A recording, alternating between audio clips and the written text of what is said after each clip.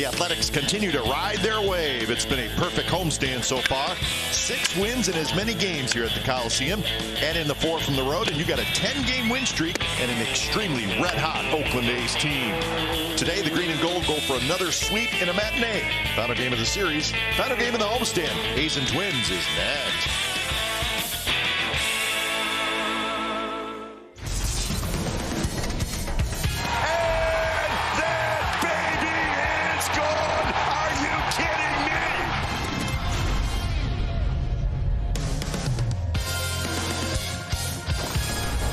Day baseball from the Coliseum. The first place Athletics look to stay hot before heading out on the road. It's the A's and the Twins coming up next. A's baseball on NBC Sports California is brought to you by Toyota. Wouldn't it be nice to drive the most trusted brand in California? Take a test drive at your local dealer today.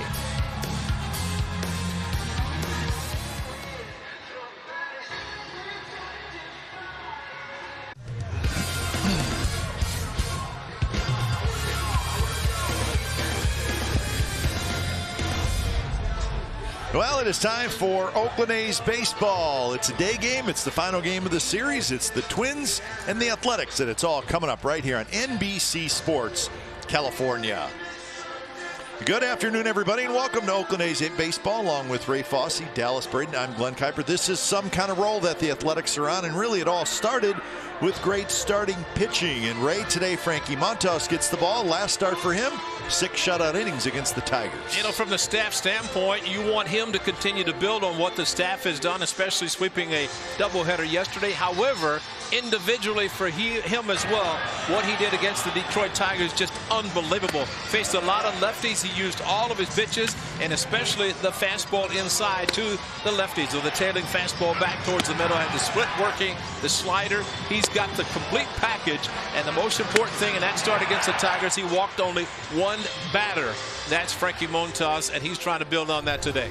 And for the Twins, Kenta Maeda, the right-hander, will take the mound. Last year, second in the American League Cy Young voting. Dallas, he's pretty good, and he's off to a pretty good start this year as well. Well, a very welcomed addition to this rotation. There's no questioning that. The Dodgers sort of just kind of waved bye-bye to Kenta Maeda. He lands in Minnesota, and to your point, sliced and diced last year, second in Cy Young voting, and you see the work done already early this year. The starting rotation, spearheaded by the young Barrios, going to need an anchor, and I think Kenta Maeda represents just that for the Twins. And he's got 4 or 5 pitches, and he will throw them all. So that is the challenge for the Athletics today, as they are looking for their 11th consecutive win. See if they can do it before heading out to Baltimore and then Tampa Bay. So East Coast road trip coming up. Winning pitcher last night in game 2 of the doubleheader was Jesus Luzardo, so he's going to take out the lineup card today. Remember, Sean Manaea won game 1 of the doubleheader yesterday, and then he took out the lineup card. So sounds superstitious to me. And that's okay. If it works, it works. Especially with the manager. Yeah, because typically Bob Melville would have whoever took it out the first game the A's won 10 ago, and that person would continue to bring it out. So, yeah, it's a little bit of a change. But, you know, it also gives an opportunity to make sure that the starting pitcher is out on the bench at the first pitch to support their teammates. And by having one of the starters take the lineup card out, that's a great way to do it. They're all out there anyway, especially for the anthem and cheering on their teammates. This is a good club, and all the pitchers, of course, sticking together as they always do. So the A's have won 10 in a row. The Twins have lost 8 out of 9. So 2 teams right now, at least, kind of heading in opposite directions as the A's take the field, wearing the very sweet Kelly green tops, gold undershirts, white pants. Best looking baseball. Yep. I'm going to say that every time they wear these uniforms. That's because right. I think they are. All right. As the A's take the field, let's check out the starting lineup for the visiting Minnesota Twins, brought to you by your Bay Area GMC dealers. Luis Arraez will lead off and play second base. Donaldson at third. Cruz, the DH. Byron Buxton is in center. Jorge Polanco's at short. Williams Astudillo is the first baseman today. Jake Cave in left. Brett Rooker in right. Ryan Jeffers is the catcher. And it is Frankie Montas on the mound for your Athletics, and Frankie just a phenomenal start. The first start actually was bad. That was against the Dodgers, just 2 2/3 innings. He threw 90 pitches in those 2 2/3. The last 2 starts, 6+ and 6 innings, 100 pitches in both games. So you can see how much he has improved, and that ERA has dropped considerably compared to where it was after that first start. So a good start for Frankie, and he wants to continue this afternoon. A's defensively today will line up like this. Canna, Laureano, and Brown in the outfield. Chapman, Andrews, Lowry, and Olsen on the infield, and Sean Murphy is behind the plate. So Frankie Montas just now finishing up his warm-up tosses. Bob Melvin, he may be smiling under that mask. Never know. Maybe not. But probably not. No. But he's got the record for the second most in franchise. But as far as the Athletics, A's have 4 shutouts in the last 5 games. Amazing. First time since way back when you start talking about the Philadelphia A's, 1909. So that is amazing if you think about shutouts in the American League where you have 9 hitters.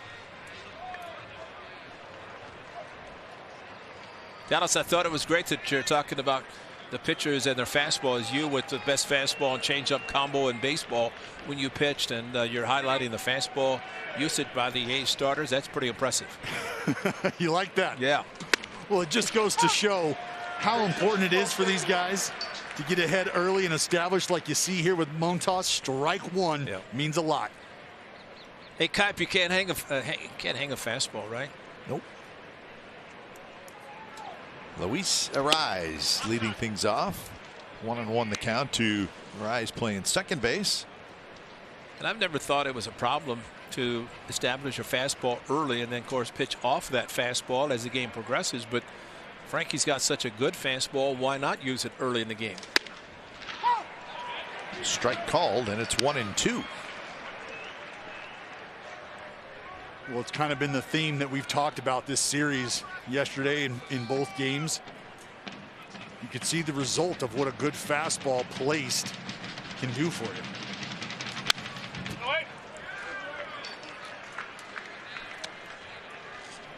So maybe it's not a coincidence that the A's have won 10 in a row. The starting pitching has been really good, and they're using the fastball.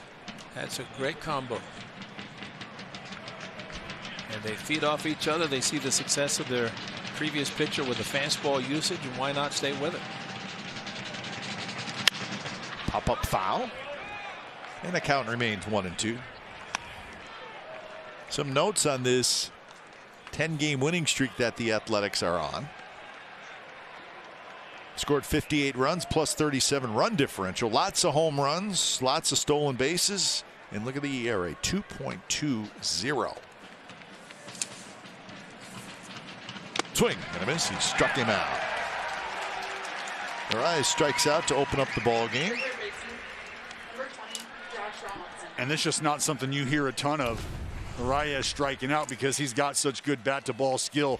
But again, establishing the fastball early on in this at bat, 95 plus, and then you get that 90-mile-an-hour split dropped on you to wipe out Arraez. Thanks for coming out. Yeah, that is an amazing combination. And I thought the previous pitch when he fouled the ball over the third base dugout, he might be looking for something off speed. Still couldn't handle.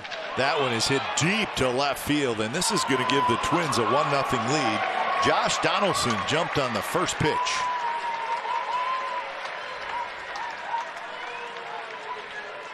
So I don't know if he had a leg kick or not, but whatever he was using, it certainly worked.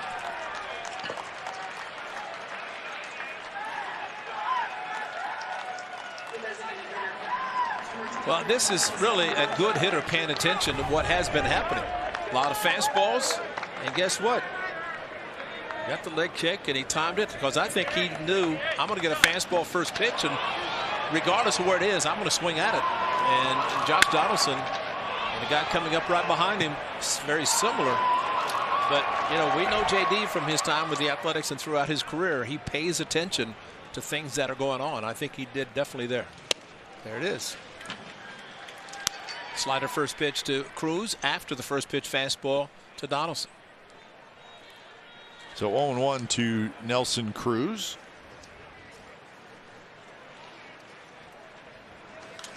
Cruz skies one near home plate. And it's going to be Chapman who's going to come a long ways down the line to make the catch.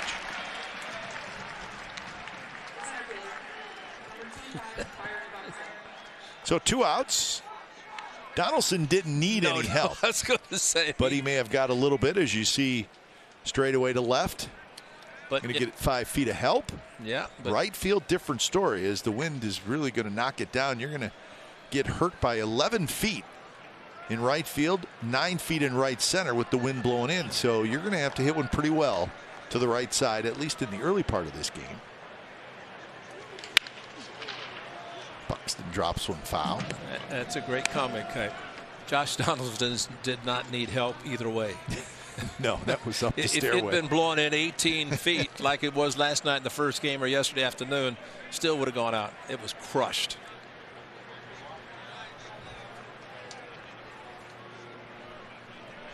On 1 to Buxton. Buxton drives one toward the right field corner. That's hit pretty well. Bounces off the wall. Buxton with world-class speed has an easy double.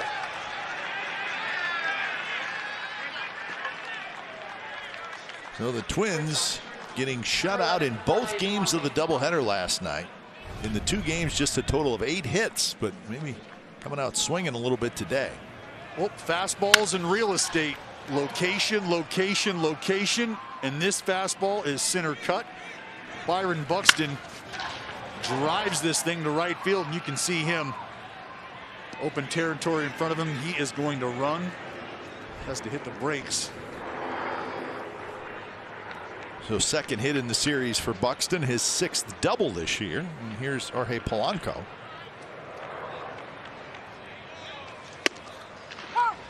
And yesterday, no runs, 8 hits. 7 of those 8 hits singles for the Twins. And they really just could not get anything going. Manaya, Luzardo to shut them down. Check swing, no swing. Well, for the Twins, I think what you've seen early here is something that they just haven't been able to do. 1, hit the long ball and make it count, and 2, string some hits together or build the inning, as we talk about with the A's.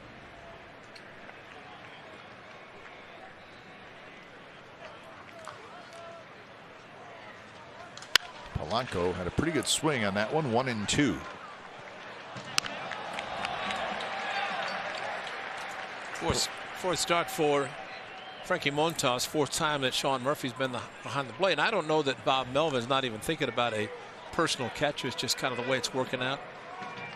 Murph caught the first game of the doubleheader yesterday, catching this afternoon. He is the primary catcher, especially when healthy. Let's hope that is the case the remainder of the season. Toward Canna in left. Canna's right there, and he makes the catch. So a half inning in the books. Josh Donaldson with his first home run of 2021. So the Twins lead it 1-0. First, as the A's. Here's their lineup. It's brought to you by your Bay Area GMC dealers: Canna, Laureano, Lowry, Olson, Chapman, Moreland, Murphy, Brown, and Elvis Andrews. Well, as well documented, this young man knows how to pitch. Kenta Maeda making his 4th start with a 1-1 record. He did pitch in the Japanese league, of course, being Japanese born, and pitched for the Dodgers. Did quite well there, but Dodgers just said, we have too many pitchers, so see you later, and he signs for the Twins. Great pickup for the Minnesota Twins. Knows how to pitch, and of course, I think anytime you feel you have somebody that takes the mound, it can be your stopper. That's what you like, and Maeda is in that category. Canna goes after the first pitch and fouls it back. Yeah, talking about an embarrassment of riches for the Los Angeles Dodgers to be able to take the 2nd place Cy Young winner and say, We're good. Thanks, though. Yeah. We'll just go spend a lot of money on Trevor Bauer. Sure. Go get you another Cy Young. Yeah.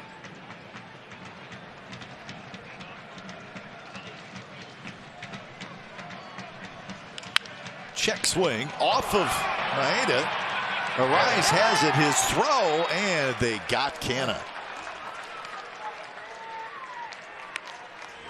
So that's a nice play by Luis Arise. Well, what I want you to watch is the way Arias approaches this baseball.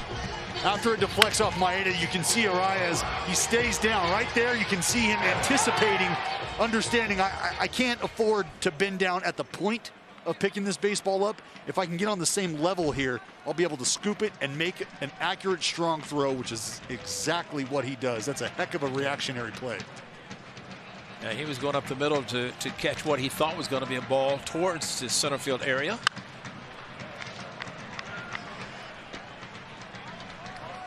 So here's Ramon Laureano hitting .224, a homer, 6 RBIs. Well, something interesting here. We've seen 2 pitches, 2 swings from the Oakland A's. And something about Kenta Maeda, he is a spin doctor. Loves the slider, loves the changeup to lefties.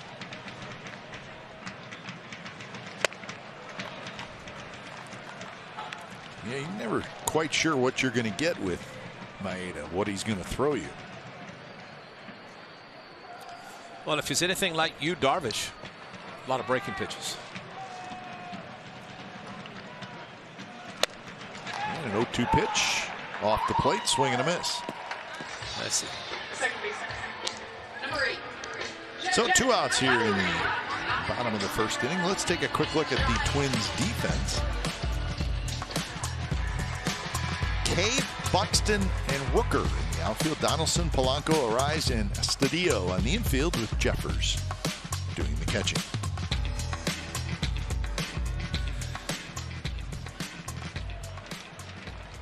So with 2 outs, Lowry will hit. Lowry taken all the way, takes a strike. 316, couple homers, 12 RBIs for Jed Lowry. And there's nothing wrong with that, taking the pitch just to see what it looks like coming from the right-hander.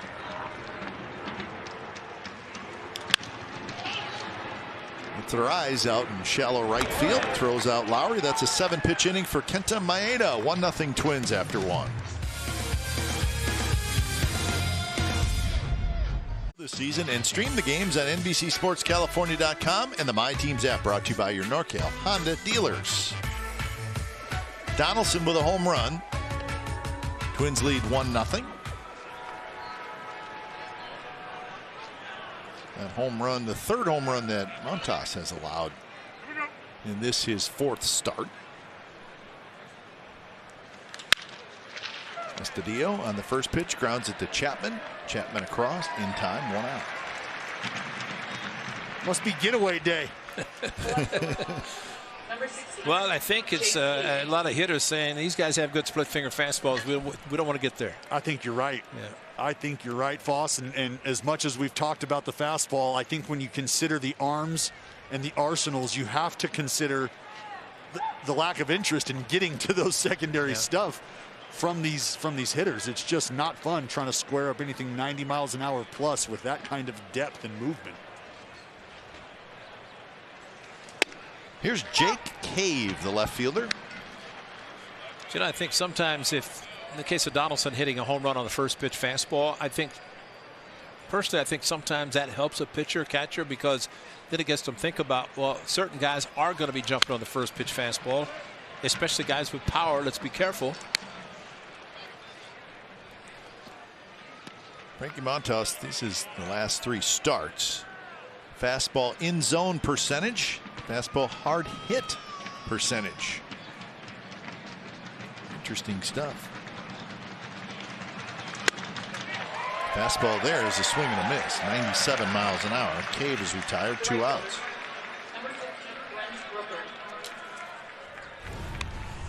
This is why we talk about trying to be around the zone at all times, is giving yourself an opportunity to either execute and get the out or set yourself up via one pitch for the next. And that fastball right there, just too much fuzz on it.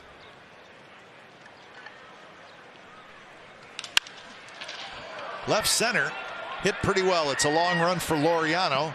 Bangs off the base of the wall. Laureano picks it up, gets it back in, and somehow, incredibly, makes it a close play at second base.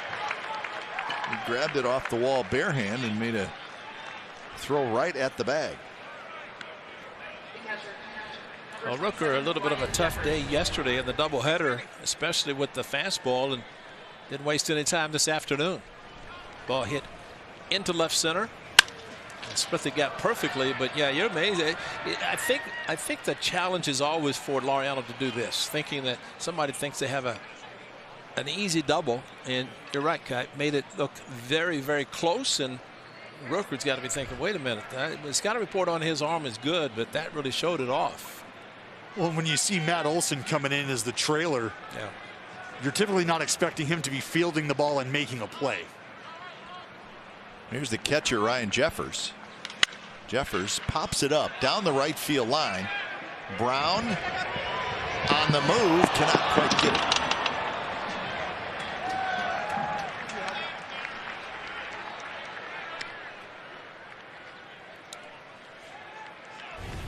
And he does not go into a slide, I guess, thinking that he could reach down and make the play, and just did not happen. It would have been a good play if he slid. You'd say, well, he didn't have to because it was belt high, and just thought his speed could get to it. Just unfortunately did not.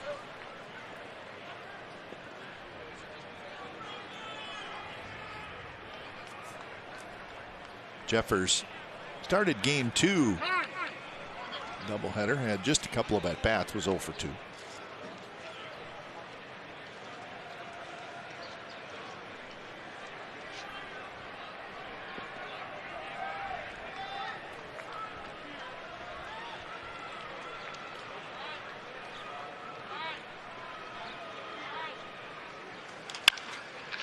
Slowly hit. Elvis Andrus has it, throws across, and that will do it. 2-out double, nothing else. Bottom of the second coming up. 1-0 Twins. If you to sign up to become an A's Insider, be the first to receive offers and team news. Sign up for the A's email newsletter at athletics.com/insider. So bottom of the second inning. 1-0 Twins. And Olson's going to lead it off, followed by Chapman and Moreland. The A's with an 11-7 record starting today, tied with the Seattle Mariners for first place in the AL West. Angels just a half game back, 9-6. Texas 8-10. Houston 7-9. In the early going.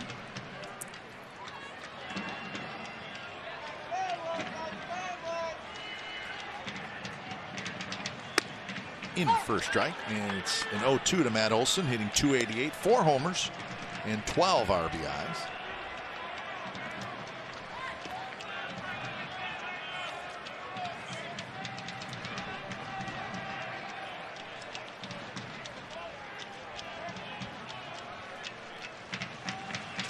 To the backstop.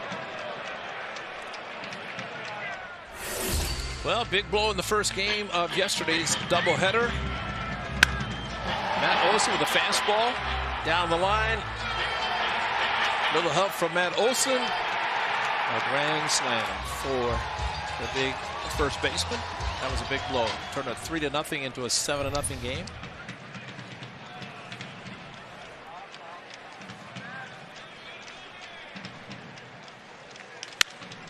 That one breaking down and in, and Olson rips it foul.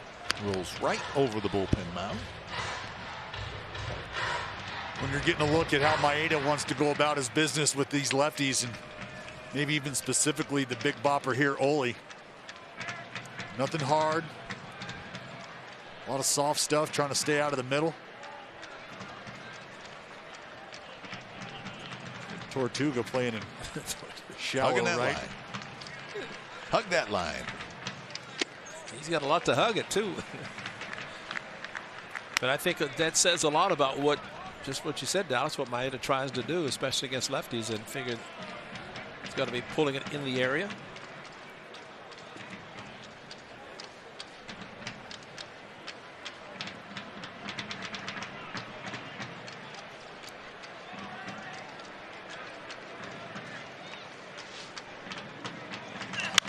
Pop up. Going to head into the seats behind home plate.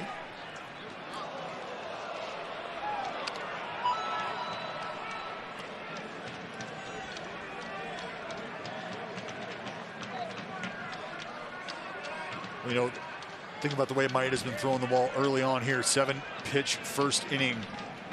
They'll take an extended at bat, a good battle here just to kind of chip away at him.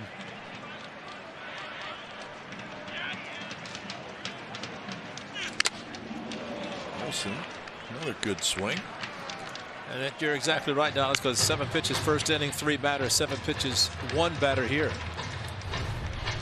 This foul ball straight back off of Jeffers' mask. He's using the hockey style mask. I never liked those. Just seeing that bar and so close. I don't know. Everybody's different, but it's a new thing. Charlie O'Brien, Toronto Blue Jays, brought it out. Hit high and deep to right field. Rooker at the wall. Rooker looking up, and that baby's gone. We're tied at 1.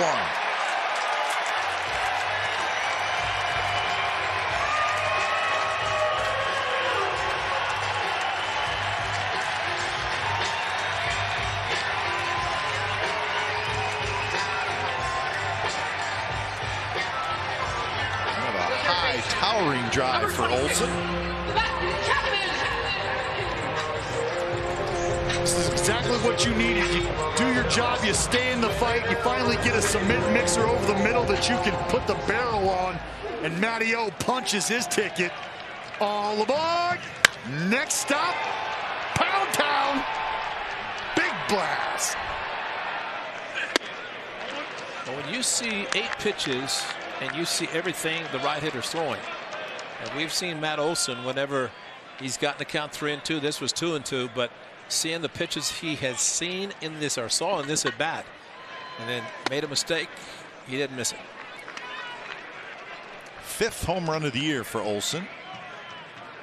You know, guys, I figured out that if Matt Olson doesn't get cut on, he's going to play regardless of the type of injury, knee, hand, and he has not missed a lot of time based on those injuries that have occurred. Obviously, when he had the hamate surgery, he had to miss time, but it's hard to get him out of the lineup, and that is a smart hitter to realize the importance of playing and keeping your timing intact as a hitter. The exact reason why we don't want him sliding into the sidewalk. That's right. You're exactly right. And hope those fastballs coming inside that he can get out of the way of them. That's when you know you hit it. He just kind of started his trot running hard, but it just kept carrying and has the kind of power. Didn't have to try to help that one stay fair. It was clearly fair.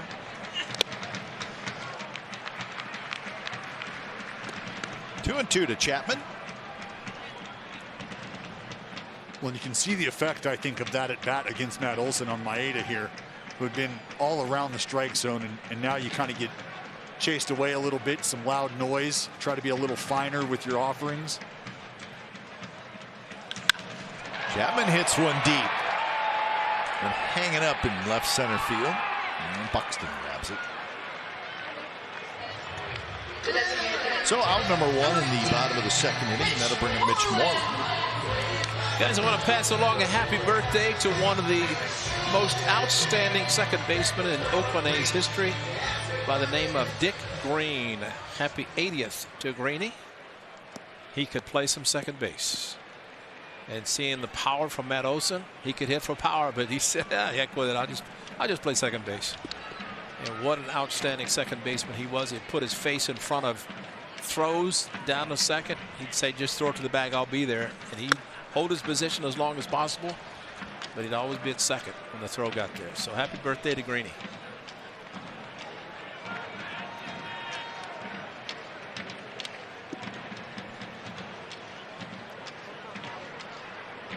1-0 to Moreland, who homered twice in game 1 of the doubleheader. 2-run shot and a solo shot. His first 2 home runs with the Athletics.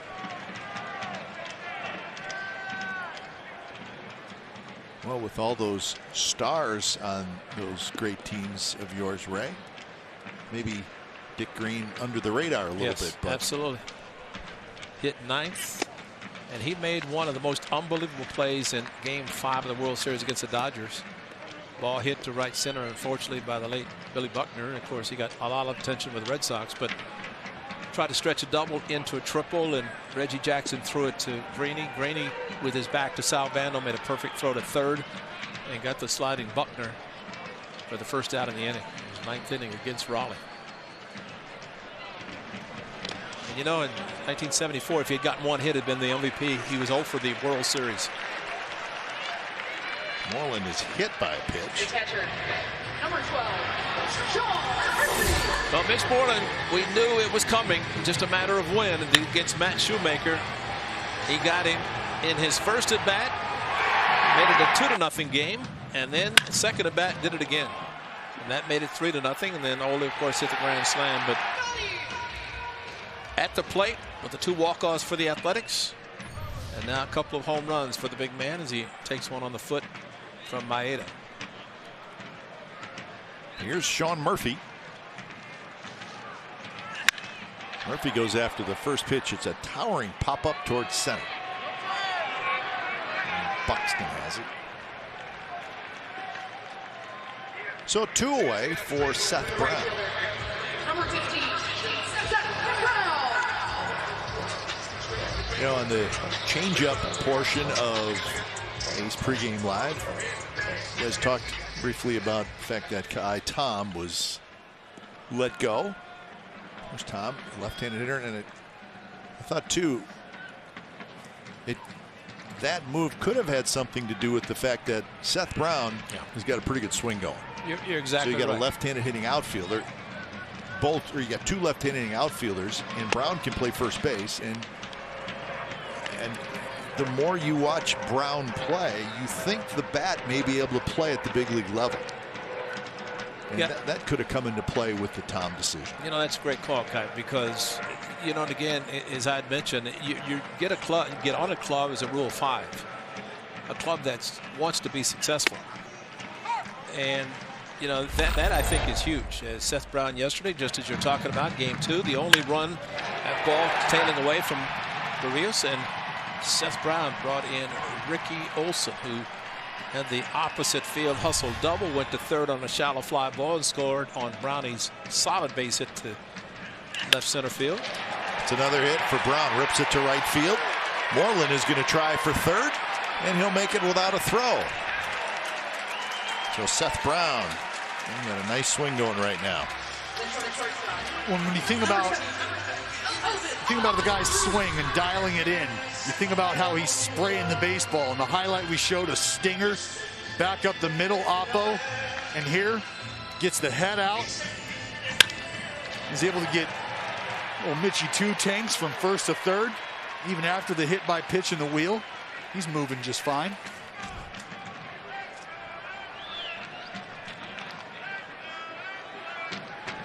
I like the Mitchie 2 tanks. There's no reason why a t-shirt can't be made with that on it, Dallas. We're working on it. Okay. What a welcomed addition. Yeah. First pitch to Elvis Andrus. Line center field, a base hit. Moreland will trot in to score. He's got a big 2-out hit from Elvis Andrus, and it's 2-1.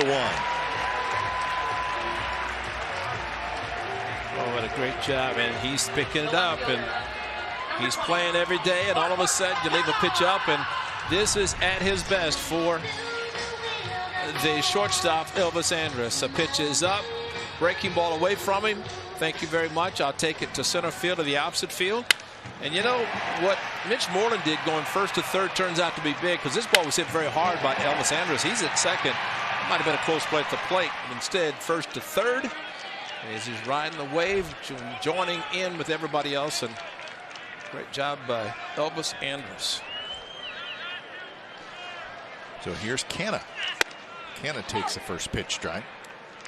Dallas, I think you said it best about Kenta Maeda with the home run by Matt Olson. He's a different pitcher than what we saw in the first inning. Well, he's been chased out of the strike zone a little bit. And one thing that you're seeing the Oakland A's is they understand. They've adjusted. You're going to get a strike one of the first 2 pitches out of Maeda. That's at a 92% clip. One of the first 2 were strikes from him. So they're ready to hit. Up the middle, off Maeda's glove. And it's going to be a hit for Canna.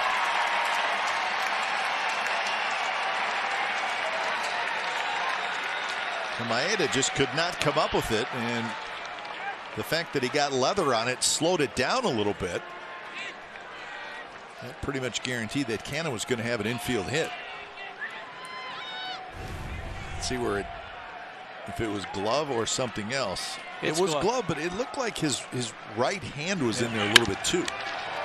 Well, this is an interpreter going out with the pitching coach, and he's upset he didn't catch it. You know, that's the old PFP right back. And Dallas, I know you can attest to the fact that as a pitcher, when a ball is hit back, you do not know how hard it's hit. Well, that's the thing is you've got a lot of things factoring in. One, the movement of your own body trying to track that baseball coming back at you. Hopefully you're in somewhat of a still position. But the sound of the bat can deceive you at times, and you can find yourself flailing at a ball, anticipating it to be there, and maybe it's not, or it's already by you, and you're just too late. And you think of the great pitchers, one in the Hall of Fame and Greg Maddux, what about 16 Gold Gloves as a pitcher, and Jim Cott, formerly of the Minnesota Twins, should be in the Hall of Fame, also with about 16 Gold Gloves. So, you know, you finish. And the ball to the backstop, and the A's get another run as Seth Brown slides in head first. It's 3-1.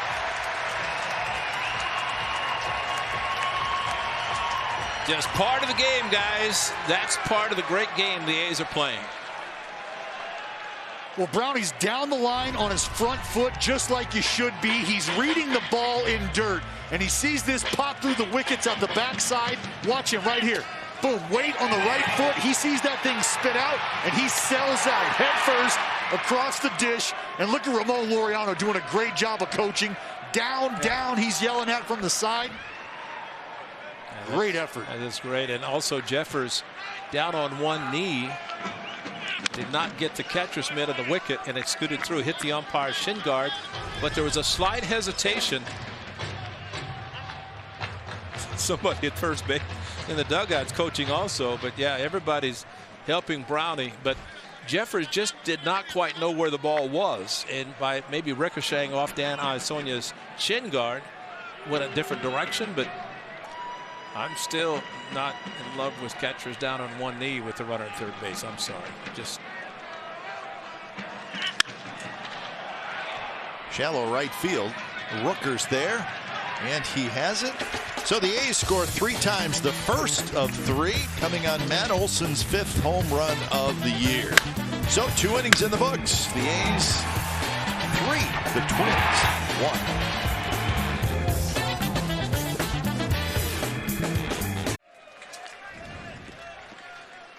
All right, let's check out the T-Mobile coverage cam. We got you covered. It's the 3rd inning. It's a nice look from our left field camera.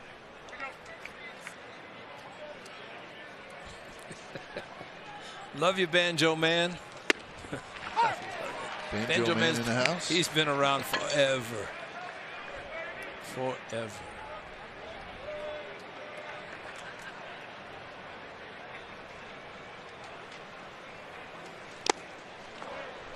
Frankie Montas, I got him 10 for 10 first pitch strikes. And that's a good way to start, and sees his club scoring 3 runs. Gives him a 2-run lead after the Donaldson home run, first inning. In the air toward the A's bullpen, and not into the seats, but nobody was going to get that. You guys going back to the bottom of the 2nd inning with Seth Brown scoring on that wild pitch. If you think about it being with 2 outs, you don't assume the hitter's going to get a hit. So the aggressiveness by Seth Brown helped the A's pick up an extra run, if you will, instead of a 1-run lead, 2-run lead for the Athletics. Solid base hit by Bronny, and then at her first slide at the plate. Count stays 1-2. Rise struck out swinging in the first inning.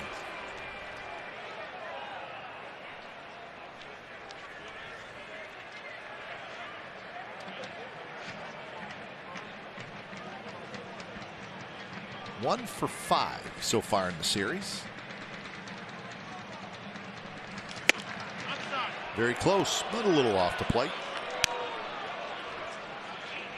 But again, that miss offers Frankie the opportunity to go right back out there if he'd like to.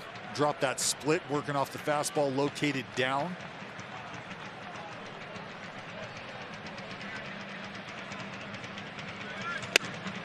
And this is inside to fill up the count.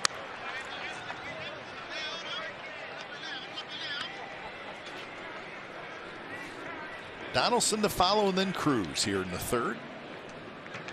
Frankie Montas looking for his third consecutive win.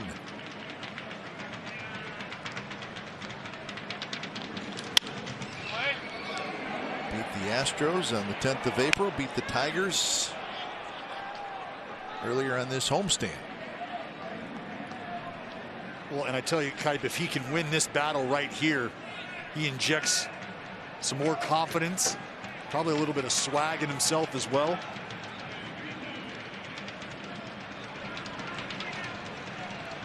Another 3-2 pitch and another foul ball. Rise, this is what he does.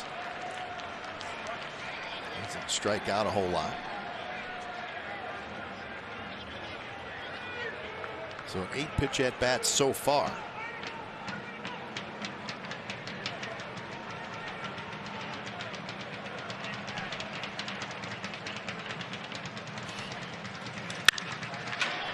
Laureano on the move. Still going back, and it's over his head and bounces up over the wall. And the long at bat ends up with an Arise double. Showing a little bit more power maybe than the A's thought. Straightaway center field. Actually, A's caught a break with the ball hitting the warning track and bouncing over with his speed. If it lands on the grass and stays in play, might have been a triple. Laureano talked about playing a little bit more shallow with that ball as he slid. Laureano just could not track it. Tough ball to track. Didn't really hang up for him. This is a critical time here for Josh Donaldson at the plate. See what the first offering is after fastball in his first at bat for the home run. Not a fastball and out of the strike zone. So Donaldson ahead in the count 1-0. Now JD got the fastball first pitch in his first at bat, and there's a no doubter. Belt high up on the steps in left field.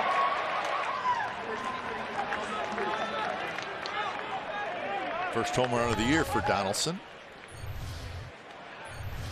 He's playing in his 6th game. A little hamstring issue.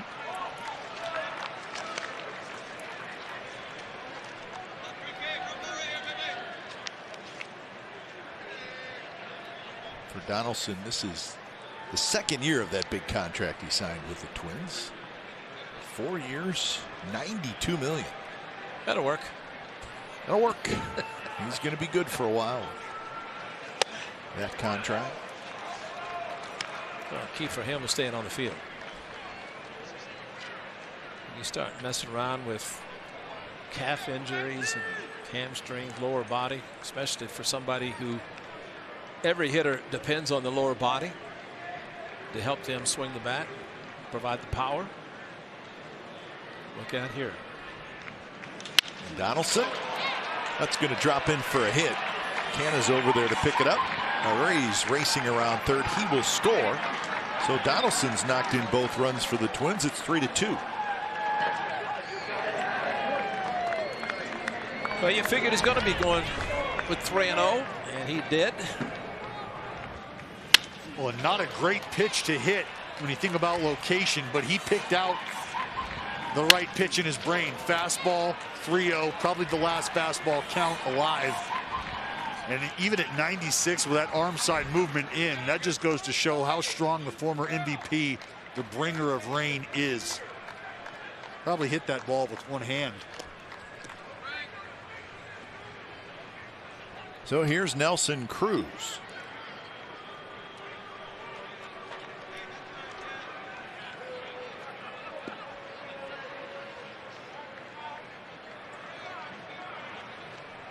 Cruz 0 for 6 in the series.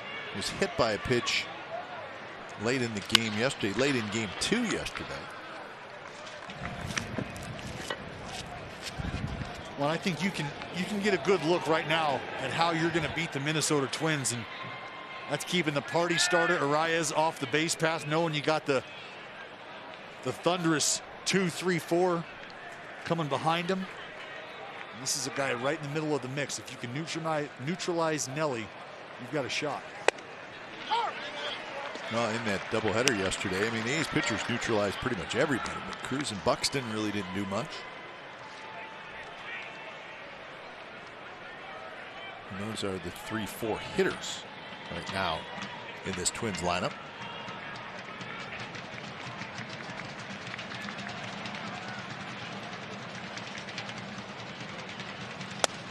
I mentioned about Matt Olson missing a little bit of time and coming back. Hard for the Twins to take batting practice, sequestered in the hotel rooms for 3 days, so that's a little bit different. Only the knee, the hand, but back swinging the bat very well.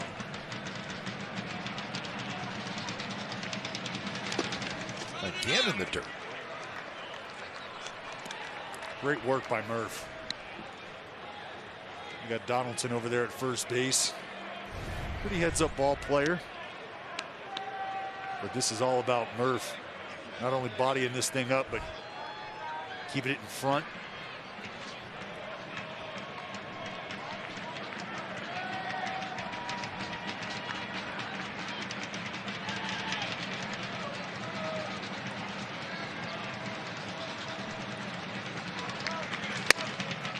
So it was 0-2. Now it's 3-2 to Cruz.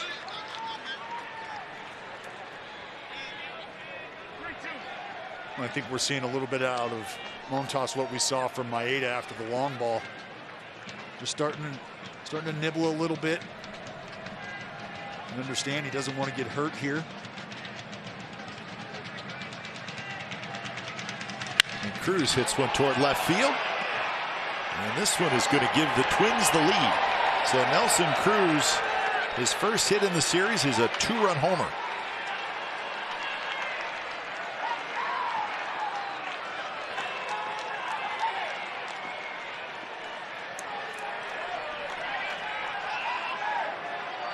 So even with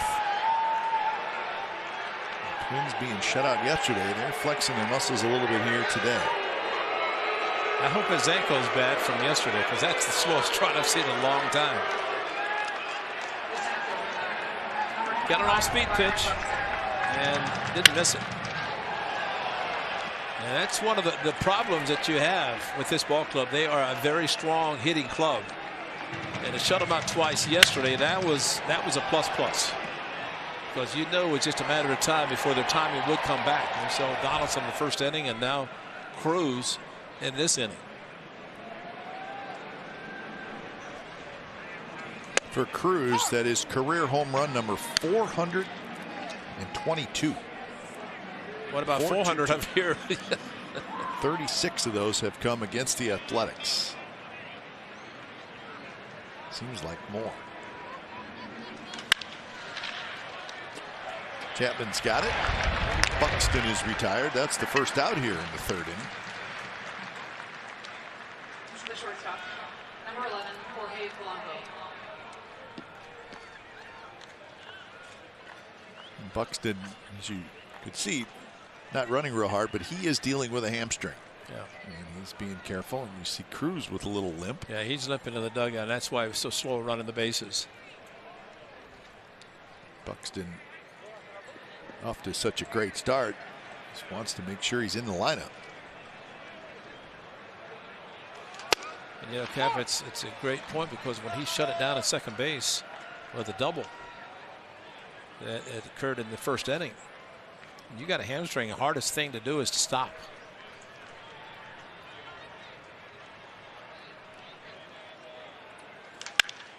That one is lined toward left center field, and that's a hit. Jorge Polanco. 4 hits in the inning, 7 hits in the game now for the Twins.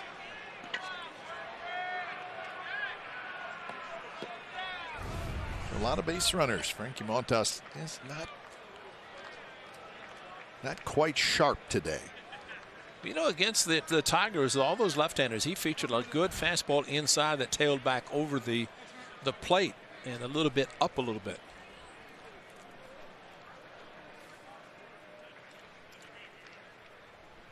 All right, now a word from Home Depot. The Home Depot rental has everything you need to go the distance, including tools, trucks, and equipment, some with job site delivery. Number 64, Williams Astudillo. So the meeting is over. And here's Williams Astudillo.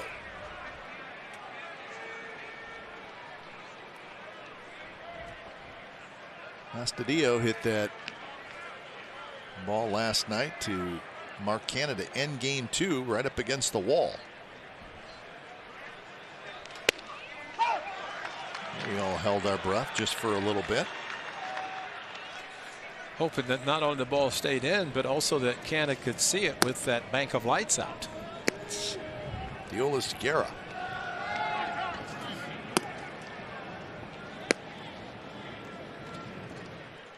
It was the top of the 7th inning of a 1-0 game, 2 on and 2 out. Astudillo hit one to the wall. Canada caught it. And that's how the doubleheader ended.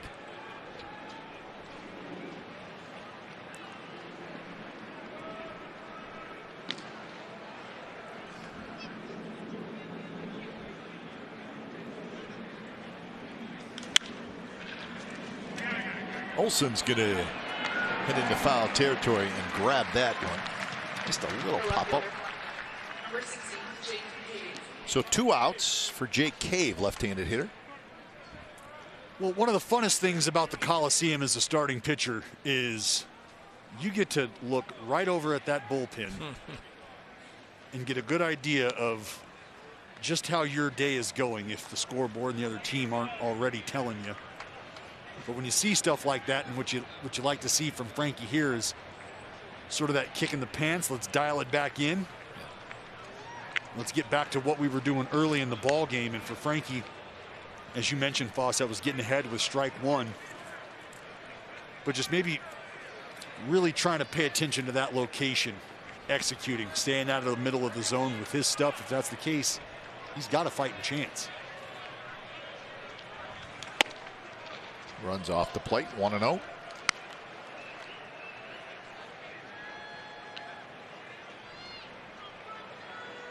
But one of the toughest things to do is to maintain your confidence. Your team goes out, scores some runs. You want to get back in, create some momentum. You just can't quite seem to do it. Find yourself battling your own performance.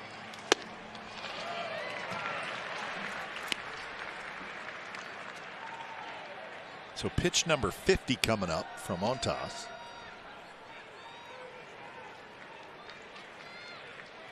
Couple of runners in the first, a runner in the second. 4 base runners here in the third.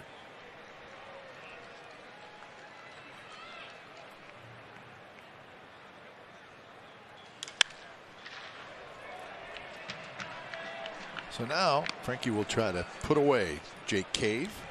See that velocity at 98. That's why the location is so important, because even the ball that was hit by Polanco, good velocity but bad location. It tells you that these hitters can't handle a fastball if it's not placed where you want to. And what was it, 5 switch hitters the Tigers employed against Frankie? Yeah. And you know, he just lived on the inside part of the plate. And Cave goes around. It'll be a close play at first. Murphy's throw is not in time. I don't know about that. Oof. So the strike 3 was in the dirt.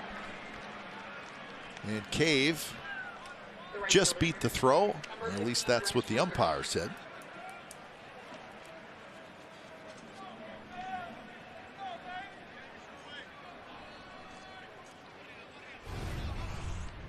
Well, the splitter, and Murph just could not get his body in front. There he did, but his off his catcher's mitt, and then Cave realized got to go. Murph got to it, strong arm, strong throw to first. And this is what, yeah, he just beat it.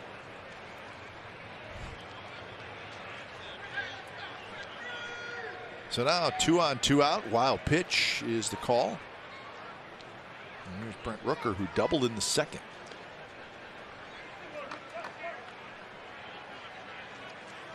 Well, it's got to be frustrating when you've already had a very long inning and a lot of pitches thrown in this inning, and then you get the strikeout. But it's also a wild pitch.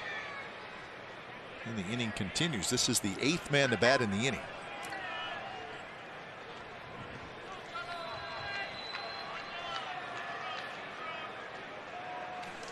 Swing and a miss.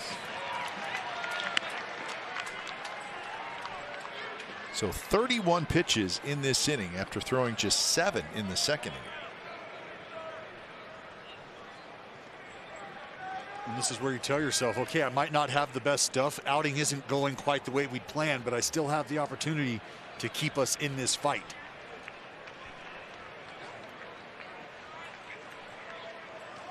Swing and a miss, and now it's 1-2. So Montas gets ahead. Hasn't lost anything off his fastball, that's for sure. It's just, again, the splitter that was in the dirt that got past Murph, and a challenge to make sure he goes back to dugout trailing by just 1.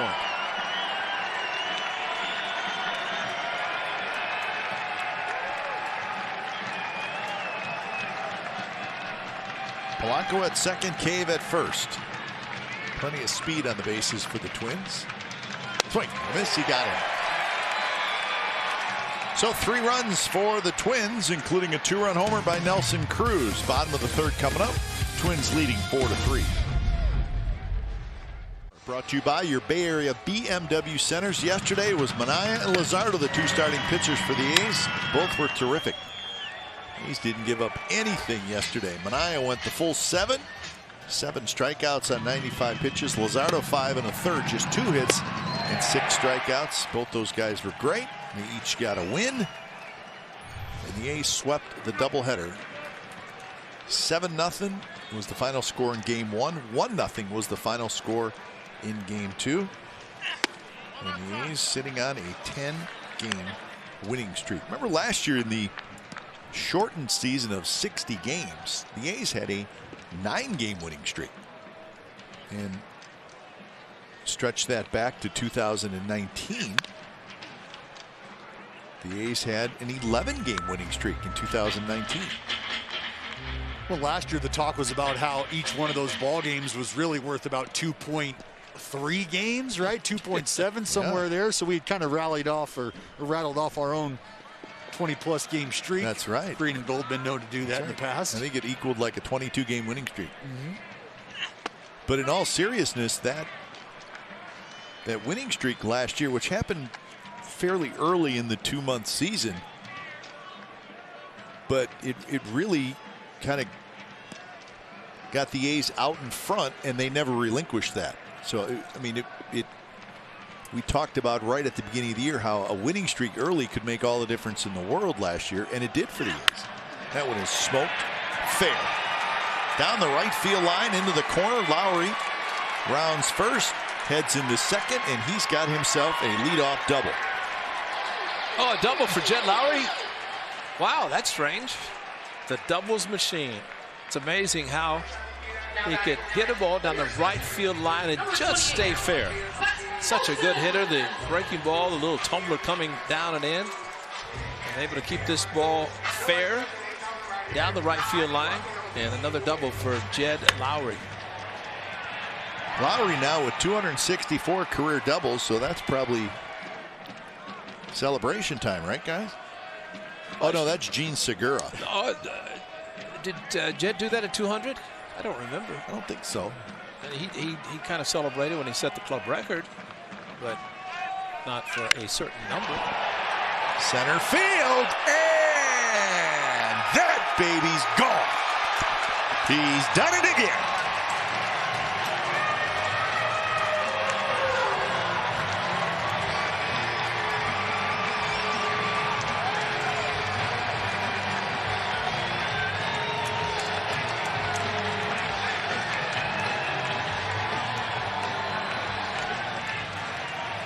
he's kind of hot, guys. And oh, wouldn't you know it? Just a little mixer. And Matt Olson, backside intact, both cheeks involved. Stay fair, big fella. All aboard. Next stop, Pound Town. We're going 2 times. got a camera.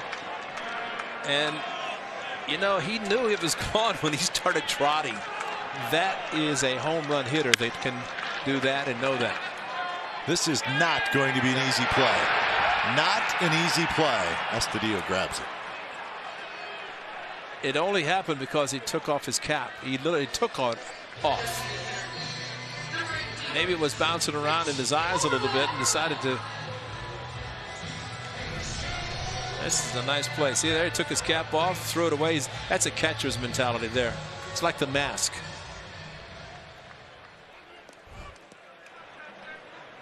That's a great play. Yep, that is. That's He wasn't getting a lot of help out there.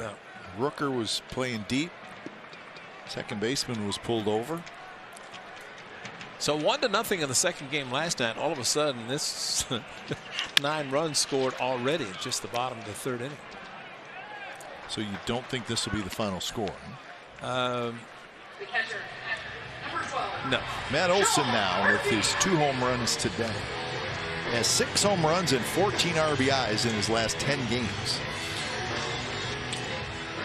And the second player to go back-to-back was Moreland yesterday in the first game of the doubleheader. And now Olson today, multi-home run game. I said back-to-back, multi-home run. And he's not finished. 2 ABs in 3 innings. Now the Indians, I bring up the Indians because coming into today, the Indians had hit 23 home runs as a team. The A's had hit 22, first and second in the league. Indians are, I think it's raining in Cleveland, so they're not playing. So right now, the A's have the most home runs in the American League. The right fielder.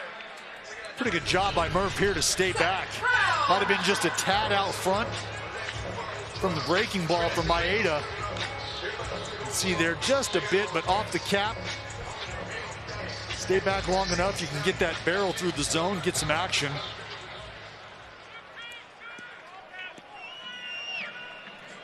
Definitely no shutdown innings for either pitcher. No, those are just not happening. No, not today anyway. First pitch to Brown is in the dirt.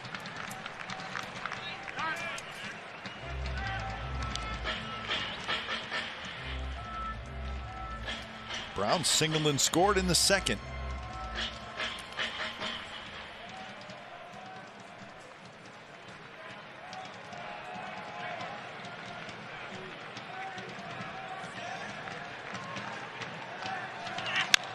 Rolls over on that one and taps it foul.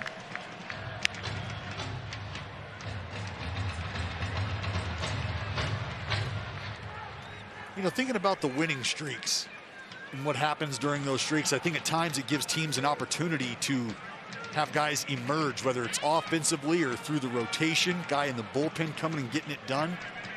Brownie stepping up. And so when you think about a club kind of taking it on the chin in the first part of the season very early, what can that winning streak do? Well, not only does it get rid of that bad taste in your mouth, but it provides opportunities for guys all throughout the roster to show up and emerge and remind this group, hey, this is who we are. This is what we're capable of. A little bit outside. 3-1 to Brown. Exactly right, Dallas. And I think the A's, if this is a special season for them, they will look back at the beginning in which they were horrible. They lost 6, then won 6, and at this point have continued to go above that 4 games over 500. And they could have just said, oops, this season's over. Let's just take it to the house. Seth Brown down the right field line, headed for the corner, and that baby's gone.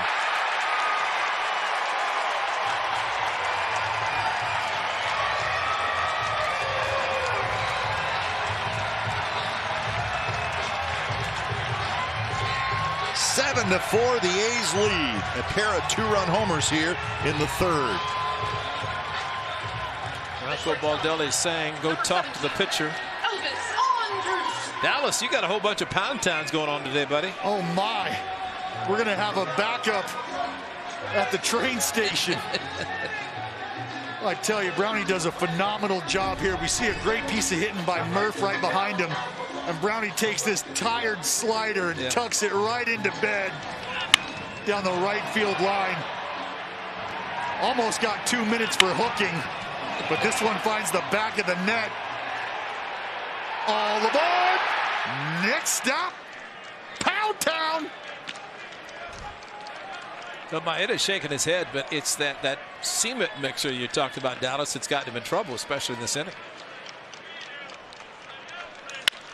Ball is just not breaking as sharply as maybe it did in the early part of the game. In the early part of the game, this is just the third inning. That's why we talked about maybe having those extended at bats, being able to chip away against a guy who does a great job of spinning the baseball in his own right. You take that confidence away from him, he starts to nibble, he starts to search, works underneath the ball. Donaldson picks it up, throws in time to get Elvis Sanders. That's the third out. A's going long ball today. Olsen, his second home run of the game, a two-run shot. Seth Brown, a two-run shot, all happening here in the third inning. So, fourth inning coming up. The A's lead it 7-4.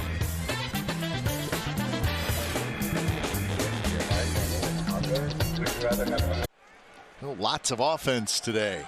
7-4, the A's lead, and it's just the fourth inning. So Olsen with a couple of home runs, Brown with a homer.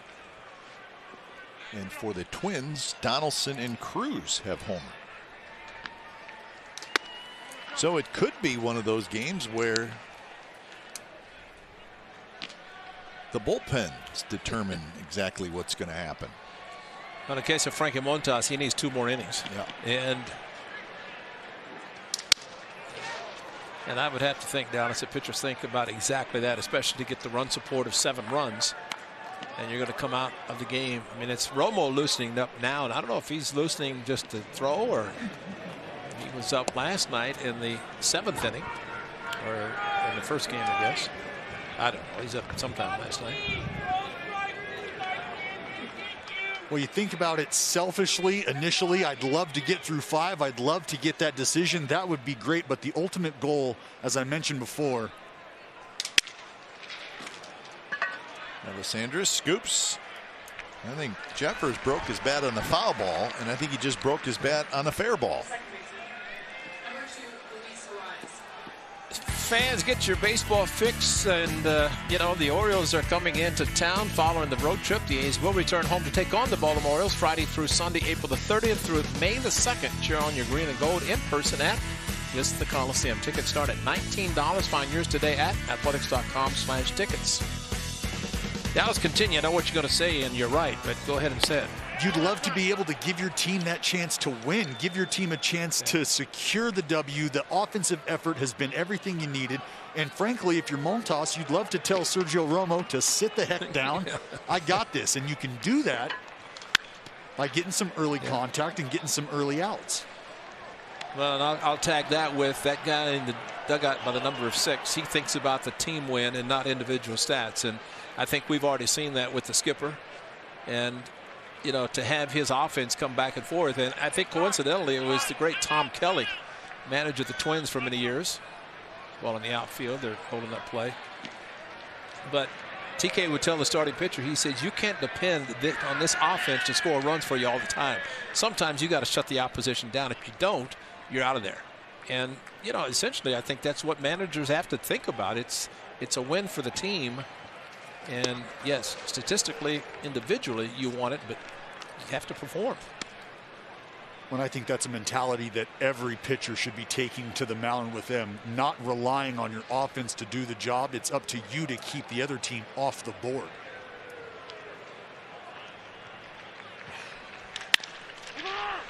Olsen juggles, picks it up, flips in time. And Arise is retired.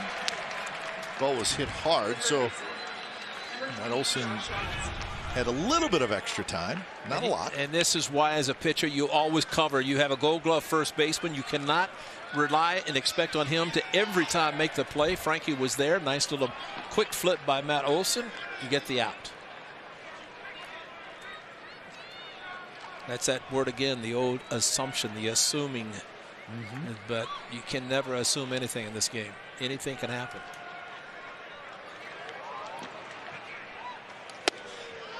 Oh, 1 to Donaldson. Donaldson, a solo home run in the first, an RBI single in the third. So he's had a very good ball game.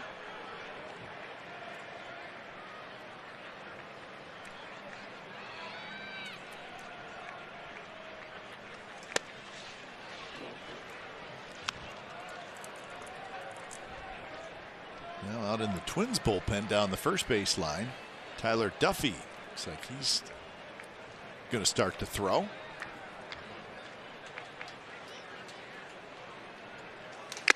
Mighty swing by Donaldson, 97 miles an hour.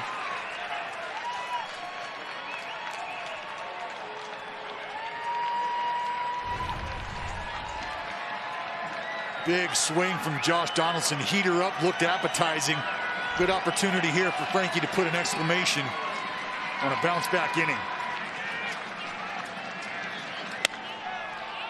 And down to your point from last night about Josh Donaldson, we're watching the front leg, and Frankie Montas has that high octane at 97, 98, but still JD's going with a leg kick. Still think it's hard based on almost like pitch to pitch to toe tap versus lifting the front side. Grounded up the middle. Andrus ranges to his left. And Andrus throws out Donaldson. That's a 3-up, 3-down inning for Frankie Montas. 7-4. A's lead as we go to the bottom of the fourth. NBC Sports California is brought to you by Ram, the first truck brand to win Motor Trend Truck of the Year 3 years straight. Visit ram.com today. So 7-4 A's lead, then get right back at it. We're in the bottom of the fourth inning, but they will do it against a new pitcher for the Twins when it's time for change. Think Speedy Oil Change and Auto Service, your trusted oil change tune-up and smog experts. It's the right-hander Tyler Duffy coming in for his 6th appearance. So Duffy will face the top of the A's order.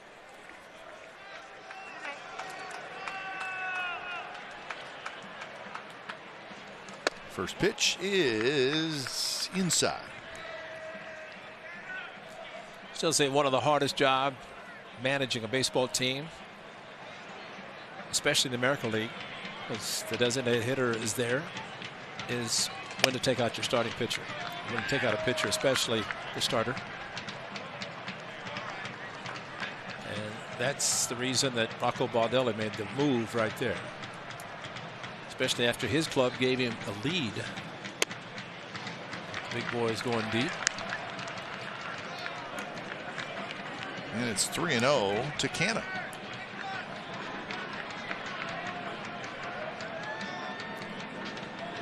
Duffy likes both the fastball and the curveball.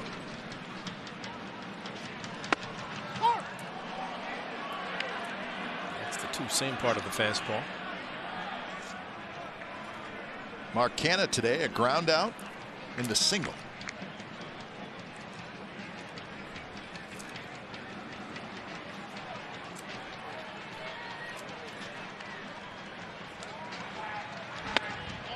There's that big overhand curve, but it spins inside, and it's a leadoff walk.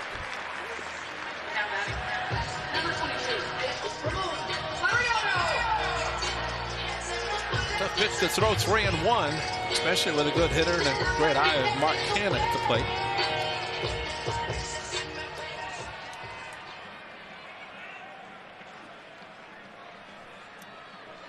So see if the A's can do anything with the leadoff walk here in the bottom of the fourth as Ramon Laureano steps up.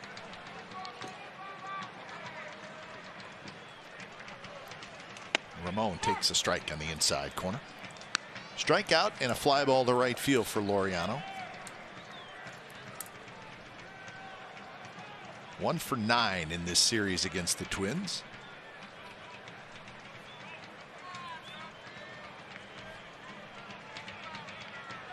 Shift on in the infield.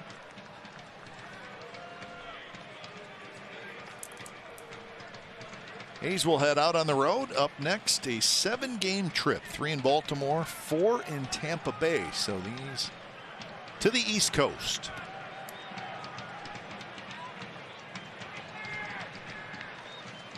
Of course, we will not be traveling, but Ray, a couple places we like. Baltimore, yep. We love that ballpark, right? It's definitely a hitter's park. It's one of the best parks. We love going there. And we like going to St. Petersburg as well. But that will not be the case. We have the games for you from the studio. And the A's will then come back home for a nice 10-game homestand. Orioles, Blue Jays, and the Rays. So lots of AL East action coming up. Laureano is retired. Now batting. Number 8. Chip. I'm fairly partial to Baltimore as well as, Of course you are. Tampa Bay. I got a soft spot for them in my heart as well. Why is that, Dallas? I just love. I love pitching. I loved pitching in a dome. Okay. Okay. That's what it was. That's what it was. I thought it. I still have. I can see the picture of you on the top step at Oriole Park at Camden Yards with your cap off and looking down and said, "Who is that?" Yeah. Oh, that's him. We're gonna have to clean that up. Yeah, the site of my big league debut. Camden Yards, beautiful ballpark. Yeah. Yeah, that is a nice place. Nice place to play, I would imagine. Nice place to broadcast a game. Well, and especially left field. That the walls, kind of right center, the height of the walls are. I mean, you see some great plays. Guys going to the wall, bringing home runs back. Well, just the entire environment. I can remember stretching out on the line, looking at that big brick warehouse building. Yeah. Lowry with a pop-up. Donaldson using the glove to shade those eyes, and he makes the catch.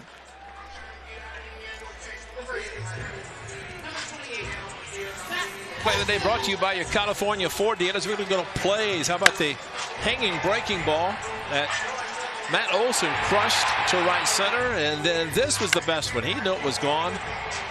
Just a little trot to see how far. Good luck. Oh, got a camera. But yeah, that's Matt Olson. Multi-home run game again. The guy said the 4th time. And that was just his second AB today. Estudillo has it, and that will be the 3rd out. So no home run this time for Matt Olson. The leadoff walk, nothing else for the A's. 7-4 after 4. The Home Depot getting more done. Most total chances in the big leagues by third baseman Matt Chapman, by far the most. So really what we're saying is he's getting more ground balls hit to him than any other third baseman in baseball. And I'm just going to say, forgive me if I think that's the pitchers doing a good job of not only pitching to scouting reports, but trusting a platinum level defender like Matt Chapman behind him.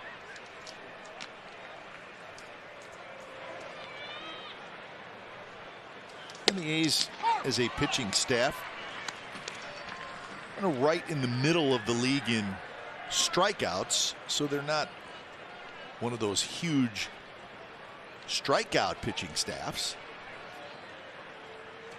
Well, you have the left side of the infield like that. Of course, Elvis Andrus has been there forever. And Chapman, the Platinum Glove winner. I mean, just let him hit the ball. Keep it on the ground. 1-1 to Nelson Cruz. And now 1-2. Nelson Cruz homered in the 3rd.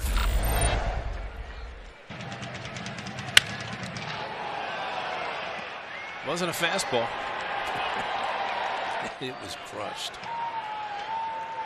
So evidently get a hit last night on the right foot. Must have really affected him today in running. Very high and very deep left center field. Laureano leaps and it's gone. Cruz has a 2-homer game.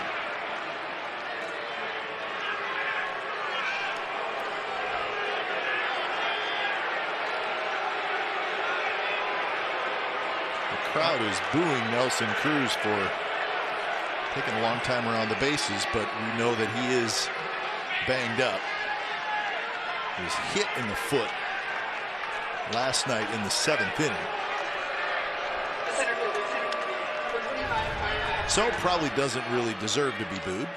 No, he doesn't, and you know that's his strength upper body, because obviously he cannot use any part of his feet anyway. And Laureano, great effort. Remember, at Fire's no-hitter a couple years ago, he robbed Joey Votto, similar catch. Look how high he got up, but just missed it.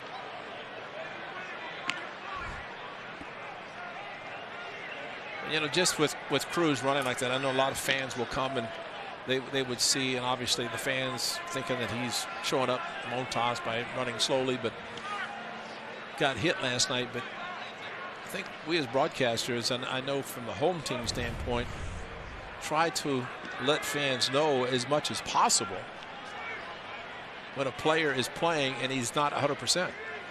Well, and you can just see that little step, that false step after his swing, just to try to get his base back underneath him. But Nelson Cruz is one of the nicest human beings in all of baseball.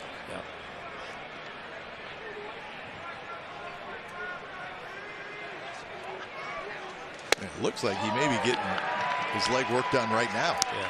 Well, you know, I think it says a lot about what he's doing today after that doubleheader yesterday. I mean, getting hit, he did come out, probably would have come out for a pinch runner anyway, because he's not really that fleet of foot. But the fact that he's playing this afternoon, give him a lot of credit, and even more so the fact that he's hit 2 home runs. Because he could have very easily shut it down. Get an off day tomorrow and said, let's just, you know, take a couple of days as J.B. Wendelken gets loose.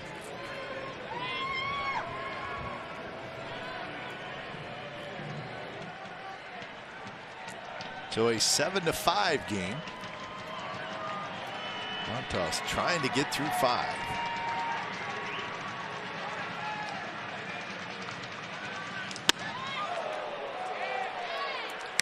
Buxton a double and a ground out.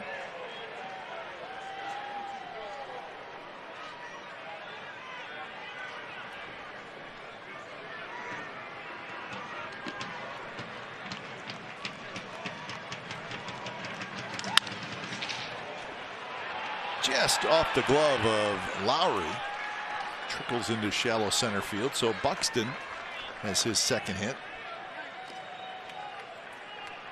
And Buxton got a bad hamstring, so he's running carefully as well. That's going to do it for Frankie Montas. So he cannot get through 5. 4+ innings for Frankie Montas. And you can't complain. Can't complain. J.B. Wendelken is coming in when it's time for change. Think Speedy Oil Change and Auto Service, your trusted oil change, tune-up, and smog experts.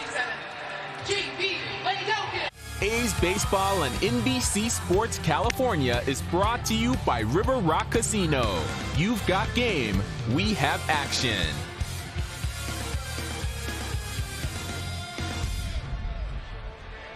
So 7-5. A wild one so far. Top of the 5th. Lots and lots of home runs. Each team has hit 3 home runs. And we're only in the 5th inning. So J.B. Wendelken takes over.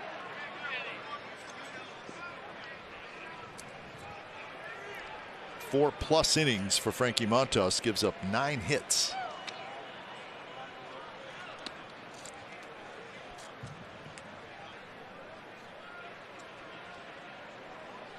Jorge Polanco is the hitter. His third at bat, 1 for 2 today.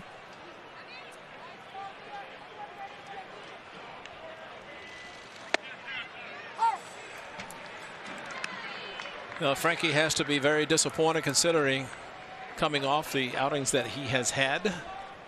76 pitches though, and the A's had the unexpected off day on Monday.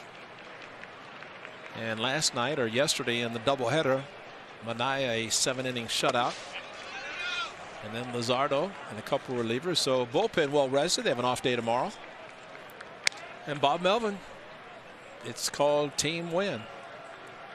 And that's what's going to stick with Frankie, is what the team has done today, what the lineup has done for him today, and he feels like he was just never able to give his team the support in return. And I have been there. Yeah. It's a lonely feeling. Lowry dives. He can't get this one. Buxton is going to try for third. Here comes Brown's throw, and it pops away. Wendelken's going to have to hustle after it. Buxton stays at third, but the bad throw allows Polanco to go to second. We're watching Buxton run, even with a bad hamstring. Number 64, Williams. It's a pretty thing. He is really fast. Well, and sometimes, again, it's an outfielder. You have to concede it and say, okay, I'm going to get the ball back in. It's a base hit. Keep him there and maybe get a double play. I think somebody was yelling cut. And maybe that's what threw Chappie off a little bit. The short hop is Buxton going into third base, and then Wendelken backing up. And Dallas, let me ask you this: as a pitcher backing up, how deep should you get? Touch the dirt. Yeah. Touch the dirt is what we talk about, and that means you see the warning track around the outside of the diamond here. You want to get back as far as possible to give yourself an opportunity to create an angle should a ball kick hard. When you become that last line of defense, you can see the pitchers kind of hanging out there on the buckets. You want to prevent a ball from shooting into that dugout. So 1-0 to Estudillo. Second and third, nobody out. And that one past Murphy, bounces right back to him, but not in time as Buxton comes in to score. And now it's 7-6 with a runner at third and nobody out.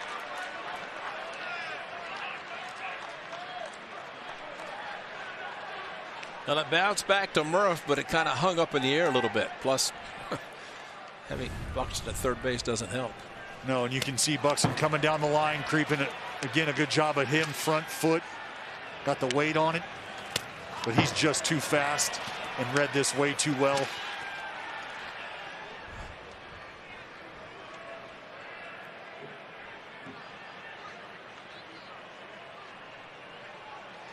Estudillo with a mighty swing. Well, Dallas, you've said it twice today, and it's exactly right as far as a base runner coming down. You come down the line at third base and end on the front foot, which if it's a wild pitch, you can keep going as Brownie did and Buxton did. If not, you can go back to the bag. And that's all a matter of timing. You just don't wander down the line. There's there for a purpose, the way you go down the line. Everything we do in this game is about creating rhythm. On the mound, in the box, whether it's your bat waggle, a weight shift, whatever it is. Trying to create a flow and a rhythm within the game, and you're just trying to be the dance partner of the game. Infield in, and the 2-2. Estudillo fouls it back.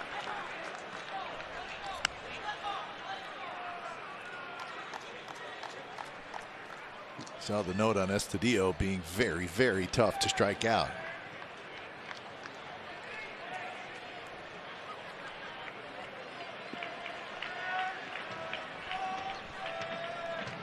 Jake Cave, a left-handed hitter, is on deck. Andrus waits, gets the good hop and throws across, and holding is Polanco at third.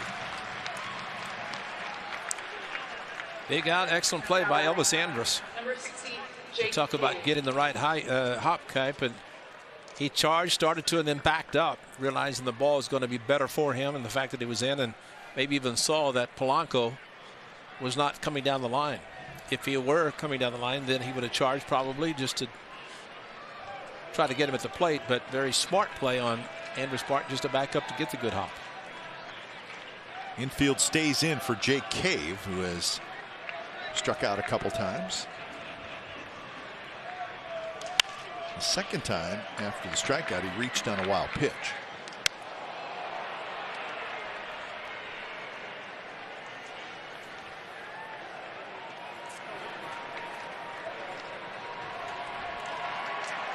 So a couple of runs in for the Twins here in the 5th inning.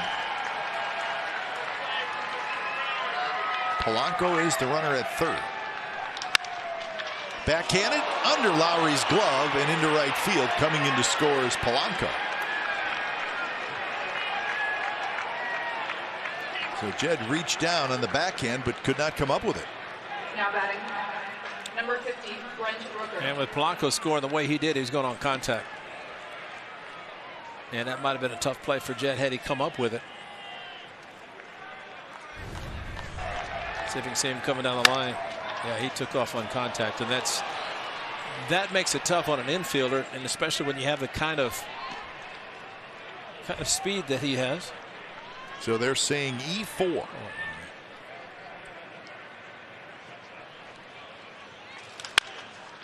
That one is bounced just foul. Well, I think that was just a matter of Jed understanding this is probably going to be a contact situation. You can kind of see him angle his body in anticipation of just making that quick transfer from the backhand and delivering a strike home to Murph. With an E4, I wonder if they're going to give KV RBI. I mean, you can't, I don't know. I mean, in fact, that's where you have to, as official scorer, see if the guy is going on contact and determine. And unfortunately, sometimes that doesn't happen with official scoring. He was definitely going on. He definitely contact. was, yeah. And that's why I think Jed probably knew that, maybe peeked a little bit, but I think it was going to take a catch and a perfect throw to get Polanco at the plate. I agree. And that's what Mookie Betts does a lot. The Angels do it a lot. And, you know, it's kind of a thing you do with one out. Nobody out. You know, you're not going to do that. But run into a possible out with one out versus nobody. It's a different situation.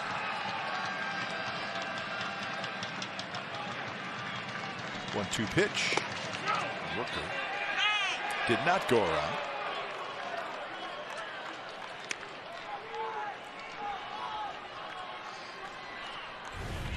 They've got Rooker on a slider early in the ball game. Does a good job of holding up here.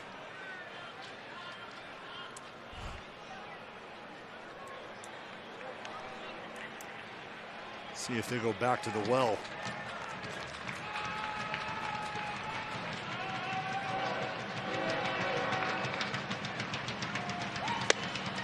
Indeed, and Rooker strikes out for the second time. Well, you just got a good feel based on that swing from Rooker that there was a shot they were going to go back and double it up. You don't get the fish to bite the first time around. No need to change the bait.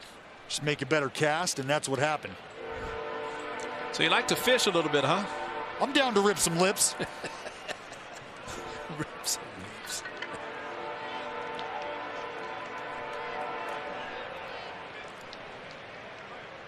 So here's Jeffers, the 9th place hitter. 3 runs in for the Twins, and they have tied it here in the 5th inning.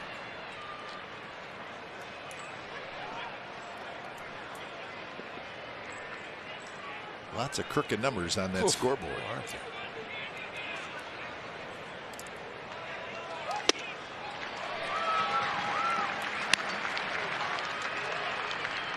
Last night, the Minnesota Twins in 14 innings, no runs and just 8 hits. Today, in the first 5 innings, 7 runs and 10 hits. Those are crooked numbers all over the place.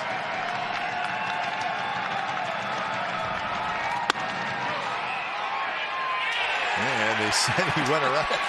I think Sean Murphy helped out as Jose Navas bumped him, and the Twins can't believe it. They absolutely can't believe it. So they score 3 times, and this game is tied at 7. Sale right now. Suites provide a safe way for groups larger than 4 to enjoy an A's game. 6-person suites start at just $99 per person. All suites include 6 tickets, private restroom, and Coliseum snacks. For more information, visit athletics.com/suites. Those are the outstanding center field suites that have the bathrooms, and they're good.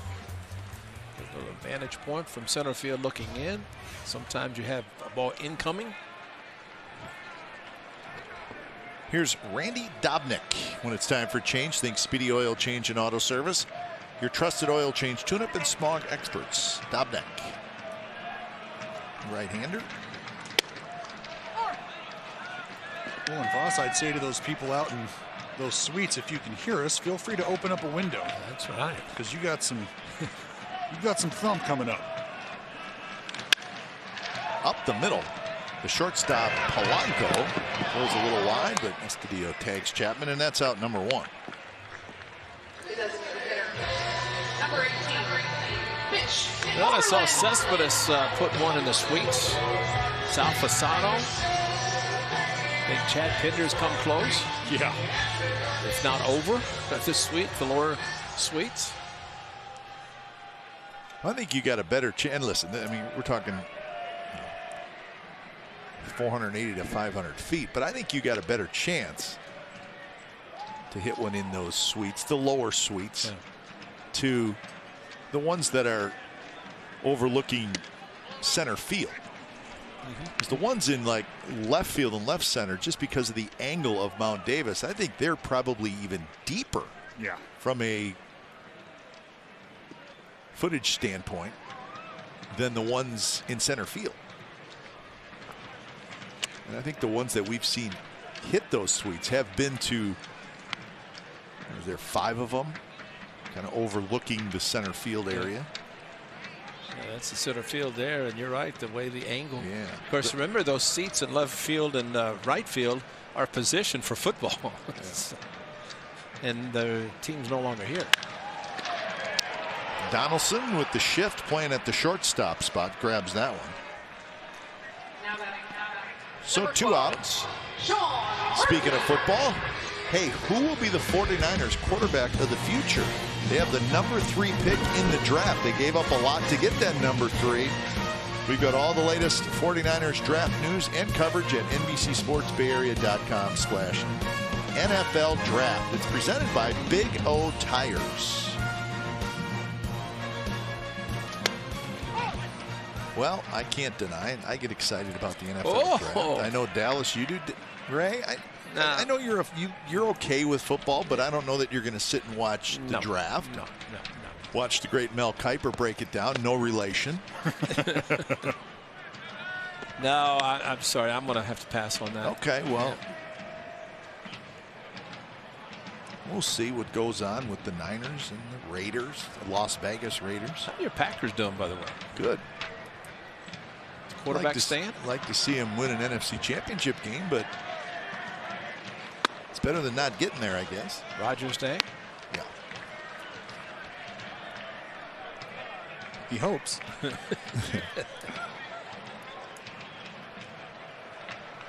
2-1 to Sean Murphy.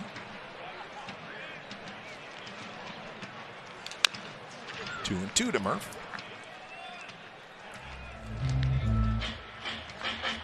Romo was up a couple innings ago. Yeah. And that may be the guy we see. Former Twin, former everybody.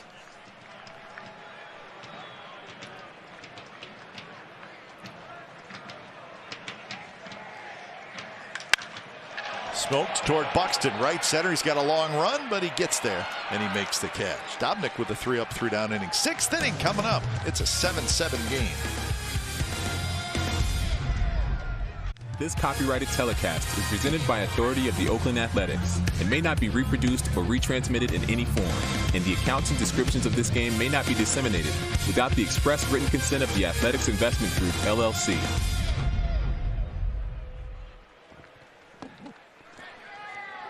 Nice day at the ballpark. 7-7, top of the 6th. And when it's time for change, think Speedy Oil Change and Auto Service, your trusted oil change tune-up and smog experts. Sergio Romo comes in for his 7th appearance. Trying to find a little groove is Sergio. Good time to do it, because this game, if you score 7 runs, you have a chance to be victorious, whether it's the Twins or the Athletics. But right now, it is a 7-7 tie.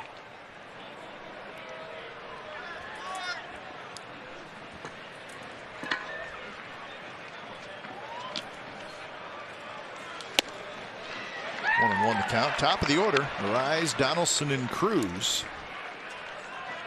Actually, I'm kind of looking forward to, although they were teammates last year, I was looking forward to the Romo-Donaldson matchup. Donaldson very intense. Romo not afraid to strut around a little bit on the mound. And that's a pitcher strike. Yeah, to me the scary one's going to be with Cruz, because fastball, he's not really handled it so far in this series, but he sure has done damage with anything other than the fastball.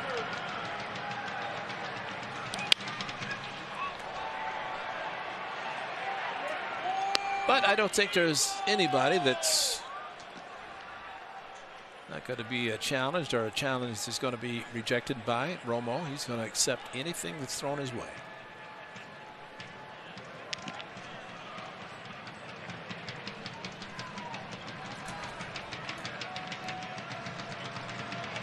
One-two pitch is outside, 2-2.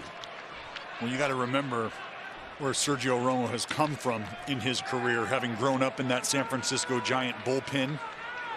A lot of success with some of the game's best closers at that time. Named Brian Wilson comes to mind.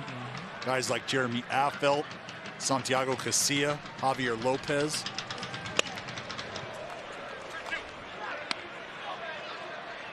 I think you look at relievers' careers,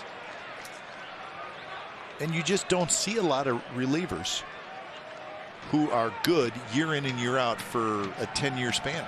It just doesn't happen a lot. There just seems to be some strange inconsistency among relievers. Not all of them, but a lot of them. But with Romo, especially when he was in San Francisco, he was really good every year. Pitched a lot. 739 games pitched. Third among active players. Started in 2008. That one is slapped, foul, just foul. You know, I think a lot of that has to do and can kind of speak to what it means to trust your stuff and what it means to have the confidence in executing what you do well. See, Arias here just kind of trying to fight this thing off. By himself, another pitch.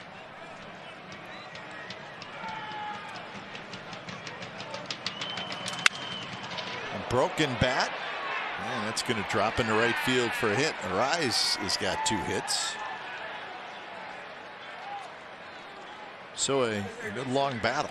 Number 20, Josh Solomon. A little bit less weight for the Twins traveling back to Twin Cities with all the broken bats today. Another one is off the end of the bat, but Arias with a base hit. Good at bat for him. Long at bat.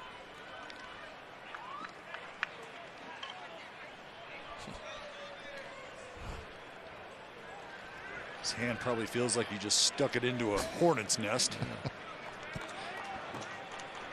You still raising bees, Dallas? You got it. All right. So you would know.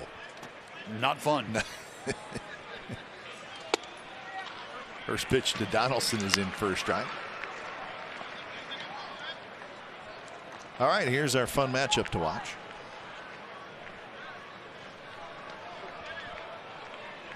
I say that because Donaldson loves fastballs and Romo likes to flip that slider.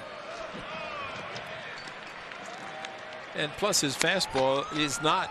It's not fast. It's not 97, 98 that he saw from Montas. Not for fast. sure. Well, again, they were teammates last year, with Romo pitching in 24 games for the Twins. And fastball inside, going to challenge him. Yeah. Get it in there.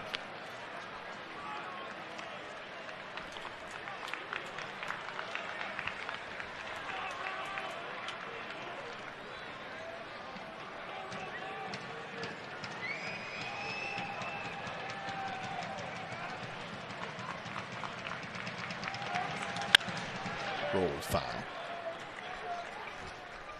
Romo's career You look at the games pitched, and that was what I was talking about before. His first full year in the big leagues was 09. Starting then, his games pitched total 45, 68, 65, 69, 65, 64, 70, 55, 73, 65. Chapman dives, can't get it. And Arias is going to hustle around second. He was moving on the pitch, and he's going to end up at third. What can you do? A broken bat single to right. Seeing eye ground ball through the hole with the runner moving, and just like that, they're at the corners. Little change up here. And this pitch just kind of stays up.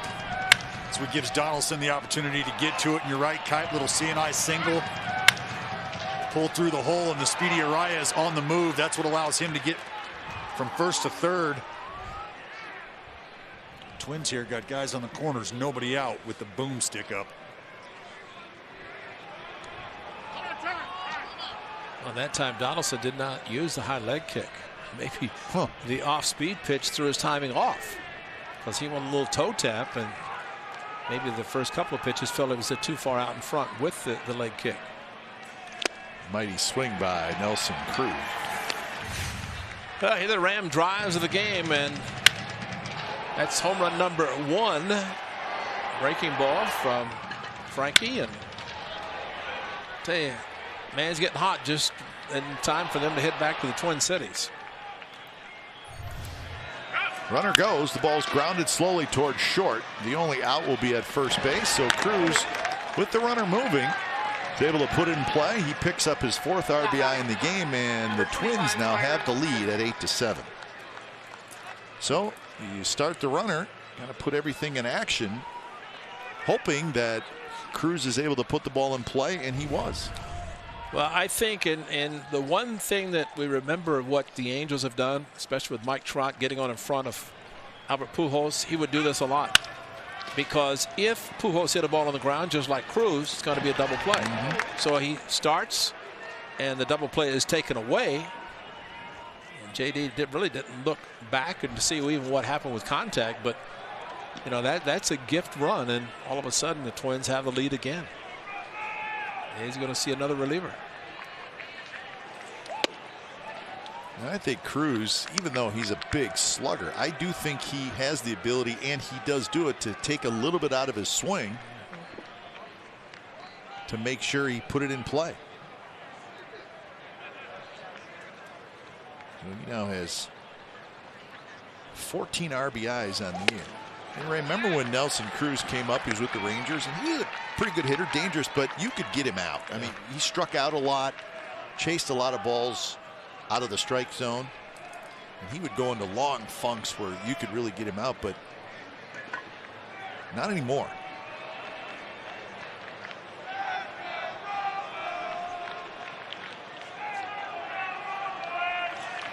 I think in the December, in the collective bargaining agreement, that they open up the universal designated hitter, his value is going to increase just because of now he's got 30 teams, or 29, 30 teams that could be interested in him. Yep. Opens up the National League. Buxton hits one high to left center field. Laureano's back near the wall, and he's got just enough room in deep left center field. Donaldson tags, goes to third. Well, the good thing about a pitcher not throwing hard, as a hitter, you have to provide your own power. And that's what Buxton had to do with this pitch.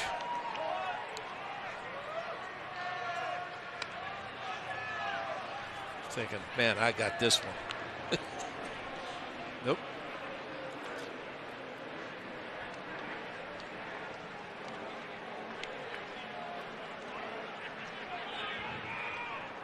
So here's Polanco. Polanco's got a couple of hits today. A little bit outside. The spinner by Romo.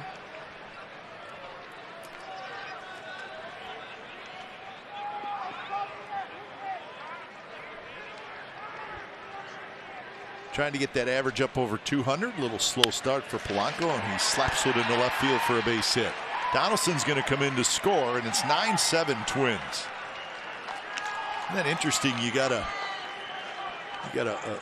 Romo on the mound who throws a lot of sliders. The velocity is very, very low, and the slider is coming into a left-handed hitter, but yet able to wait, and just slap it the other way. That's pretty good hitting.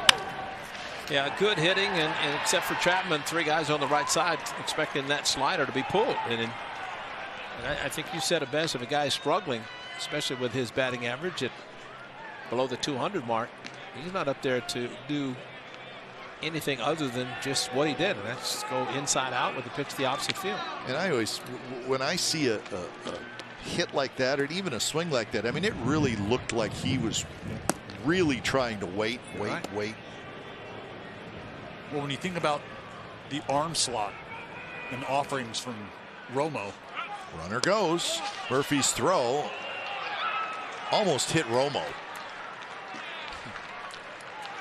And it's a stolen base for Polanco.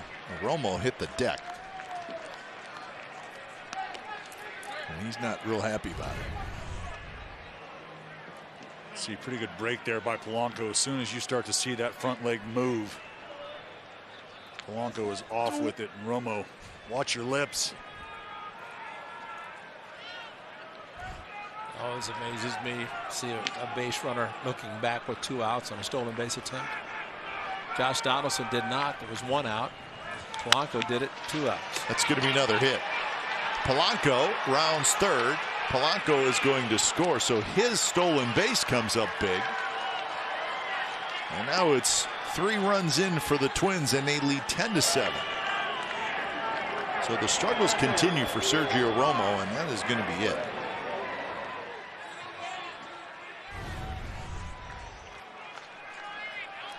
Well, he doesn't throw hard, and it takes a long time to get rid of the ball, and so you have the stolen bases combined with hitters staying back. And I'm going to give the hitters a lot of credit because they are staying back on pitches that are not thrown that hard.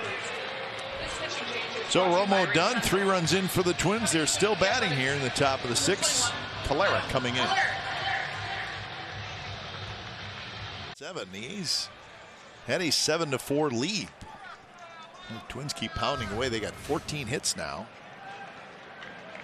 So to the bullpen for Adam Kolarek. Montas went 4+ innings. Wendelken 1 inning. Romo 2/3 of an inning, and now Kolarek, who's appearing in his 6th game. It's been a while though for Kolarek. His last appearance was the 13th of April. That was a week ago yesterday. Last Tuesday in Arizona.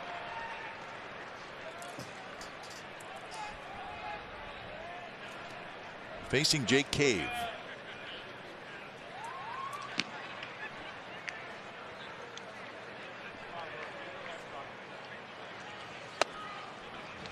I know it feels like there's been a lot of action, and there has been. We talked about the crooked numbers all throughout this ball game. Homers on display, some miscues. And for Kolarek, opportunity here to just try to keep it where it's at, stop the bleeding. No one's hit hard toward left, but Canna's right there, and that will do it. 3 runs for the Twins. Bottom of the 6th coming up. Work to do it for the A's. Twins leading at 10-7. And fans are in. We talked about the Orioles series, the next homestand. Well, the A's will continue that homestand with a 4-day series against the Blue Jays. That's Monday, May 3rd through Thursday, May the 6th. Seating is available in pods of 2 or 4. Get your ticket at athletics.com/tickets. That's athletics.com/tickets.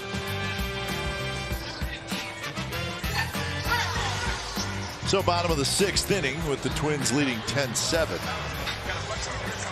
And it's Hansel Robles coming in.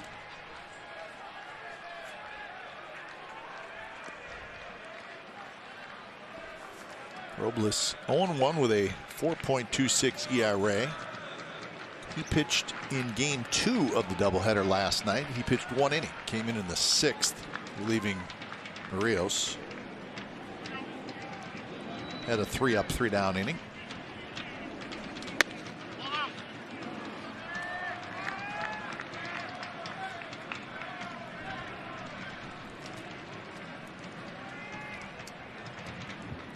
And if you've scored 7 runs, you have to feel you can score more. You hope your bullpen's going to slow down the Twins offense. And you'd like to see a little more of this, maybe even with some runners on. Browning with that home run back in the 4th inning. Good inning for the Oakland A's.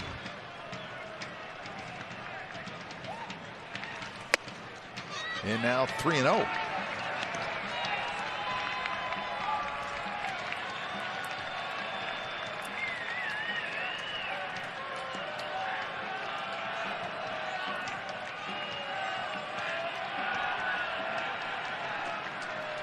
Andrews to follow, and then Canna.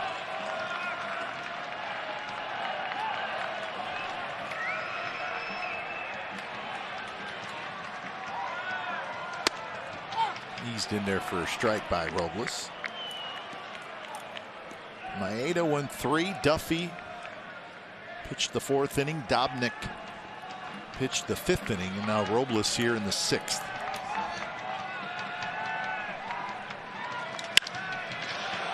And that's going to be a base hit. Seth Brown is 3 for 3. 2 singles and a home run. So the A's come right back, get their leadoff man aboard. Well, the old theory about taking what you're given and that ball running away, maybe even ball 4. No need to take a chance. So the very hot Seth Brown takes the ball to the opposite field for another base hit.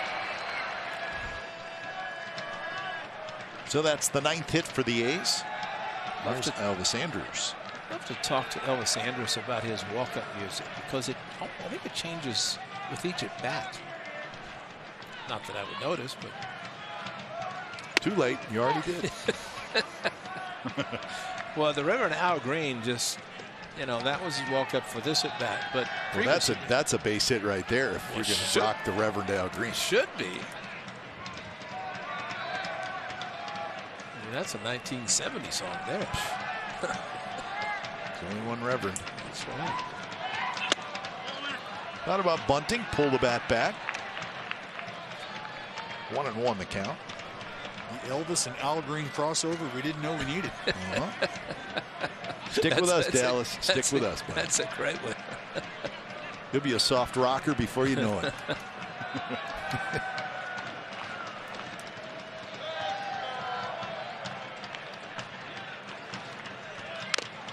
Kind of a strange swing and a pitch that was very inside to Elvis Andrus.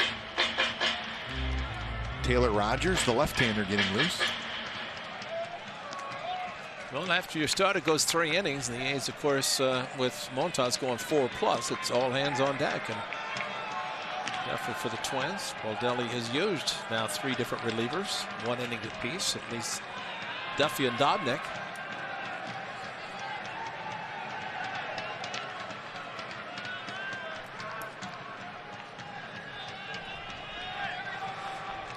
Foul straight back. Better pitch to hit there for Elvis.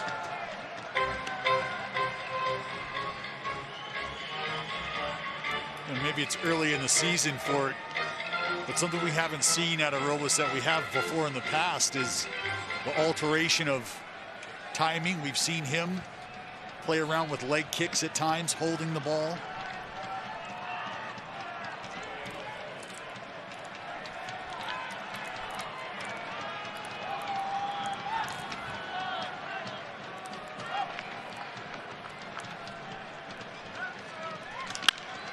Big chopper. Donaldson charges, fires to second.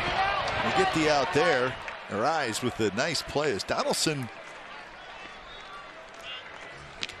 He had a kind of a tough decision to make. Do I go to second or the first? He decided to go to second, and they just got the runner Brown. Well, almost went to right field also, because he was charging through across his body down low as Browning was sliding into Arise.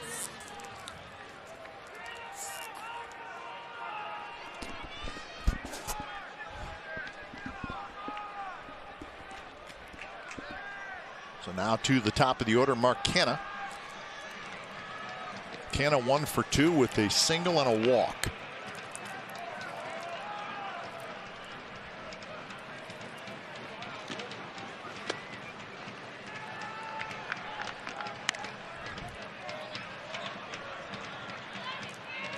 Canha 1 for 7 in the series, but he's got 2 walks and he's been hit by a pitch.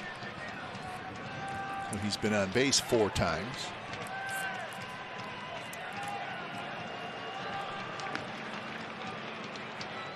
Andrus runs, pitches a ball, throw to second base, not in time. I think relievers don't have very good moves at first base. Man. Well, that was Andrus. A couple of steals yesterday. Huge jump here, high leg kick from Robles, and Jeffers throw to third to cut him off. There's definitely no chance at second.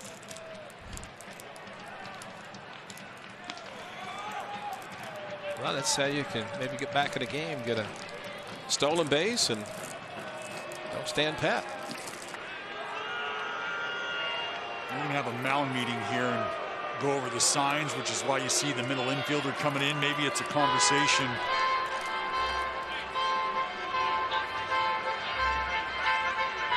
Trying to keep everybody on the same page.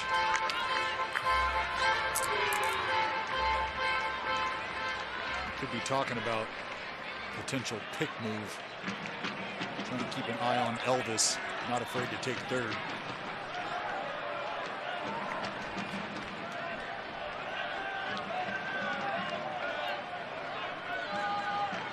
Robles pitching from the far first base side of the rubber.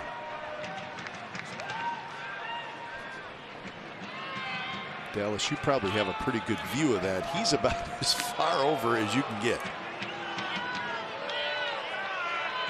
I think I like this.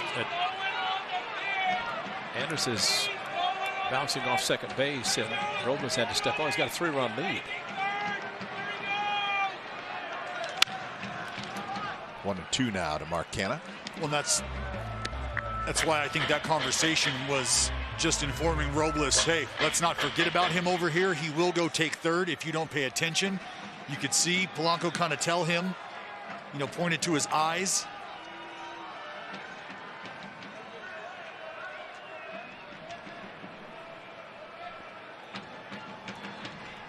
Right toe on the far right of the slab.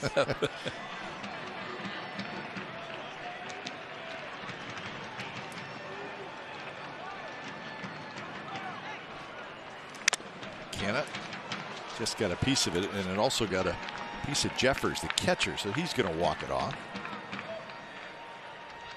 And also had the second baseman, Arise, going to second base on this foul ball. Oh, right on the foot. Leg sticking out there. That is a direct shot. So you might as well take off the shin guards. They don't help you when you're doing that. I'm sorry. They just don't help you. And they've got the flap that goes over the top of the foot and the side. But when you're spread out like that, you're exposing a lot of part of your body that's exposed. Well, it just makes you wonder who's going to be the first equipment company to start padding the entire area from top to bottom with these new mechanics we've seen. Absolutely. Absolutely.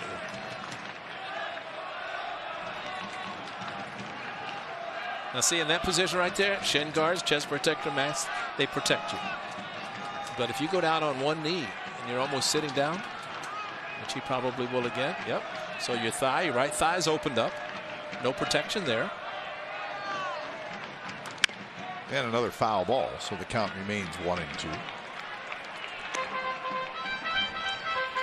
Catcher gets banged up enough as it is in a normal position.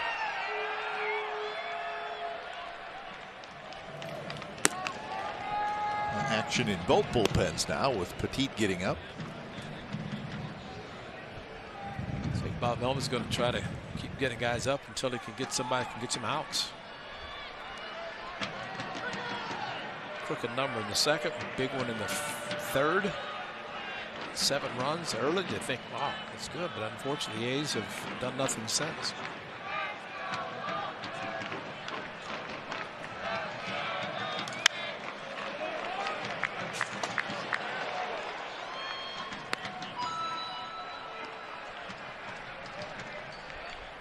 I wonder if there's a stat on foul balls hit, because I think Mark Cannon would be near the top. He could foul off some pitches. That guy, with all the statistics around, you don't think there's a stat on that? Well, that would be an easy one. I'm sure there is. Yeah, we could. I mean, who has hit the most foul balls? Call it the spoiler metric with 2-strike foul balls. Well, that's true. You have to have a name for it. Well, it's got to be the 2-strike foul ball. Huh, we're getting there. 4.73 pitches seen per plate appearance, second most in the majors. So he's got to be up there. We got an injury now, so he's got to be up there in foul balls as well.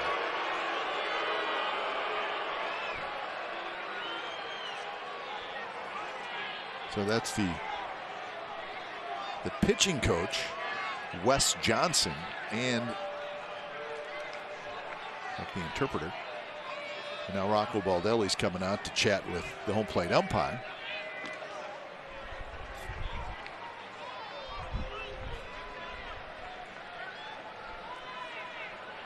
And he might have been telling him that I don't think it's injury related, which would be not a visit, but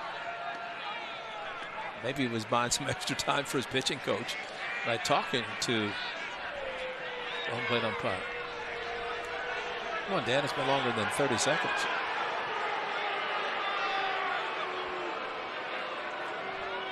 It's just one of my favorite scenes in baseball, the home plate umpire making his way out to the meeting. Hey, what are you guys talking about? Well, Rogers, the left-hander, I mean,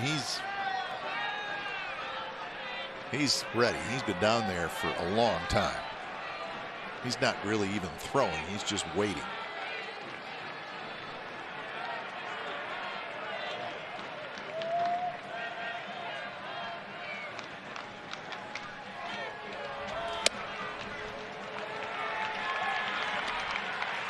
So 2-2 the count.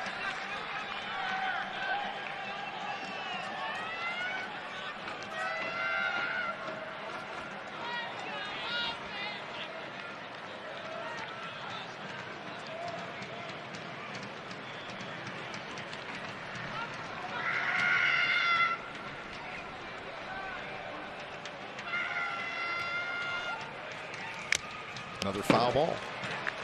Well, that's 4 foul balls with 2 strikes, Kai. So we can call him the leader in the clubhouse today. Yeah. See, the 5 foul balls, he fouled the ball off to be a strike before 2 strikes. I count the foul balls with 2 strikes. And that Elvis had 2 in this inning, and Marcana so far with 4. Olsen had 3 back in the second before he hit the home run. Seemed like about yesterday. Or Monday. Elvis runs. The ball's bounced toward third. Donaldson tried to tag, gets the ball caught in his glove, and everybody's safe. Donaldson got it caught in the webbing, couldn't get it out. Wasn't close enough to first base to throw his glove over there with the ball in it, which we've seen guys do. Well, the best part about that, Kipe, is you can see him think about it. That thought enters his mind right here into the web. Right here. Can't get it out. All right, I'll take it off. Wait, I'm not close enough. That's not going to work. I got to get it out. he tried to punch it out from the other side. Too late. And you can see Elvis just kind of laughing. That's the best part about it all. Elvis Andrus on his way to third base, sees that ball stuck in his glove, and starts laughing before he even gets to third base. So it goes as a hit. First and third, 1 out. Well, fortunately, he didn't tag Elvis Andrus, especially with the ball sticking in his webbing. That would have been bad. Well, first pitch is inside. So the A's trying to make it interesting here in the bottom of the 6th. You know, some managers have that play where they'll send a runner trying to steal and try to draw that third baseman to the bag. That would have been into the hole, would have been a base hit for an RBI. JD did not leave his position.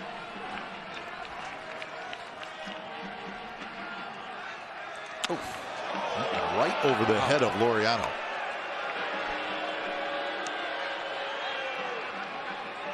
Well, kind of how we talked about some of the battles earlier in the ball game against Maeda. See Laureano get out of dodge, take the bat with him. But again, a good at bat by Mark Canha. Keep the line moving. Now you got Ramon Laureano. A's are one swing away, folks, from tying this ball game back up. Only one out.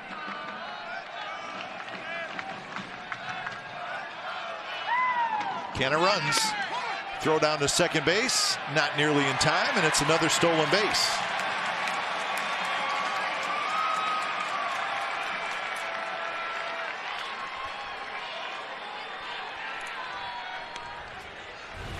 I don't know what happened to Jeffers on this play, but Mark Canha taking off, looking back, which you should do with one out. Jeffers bounced the ball, breaking ball, and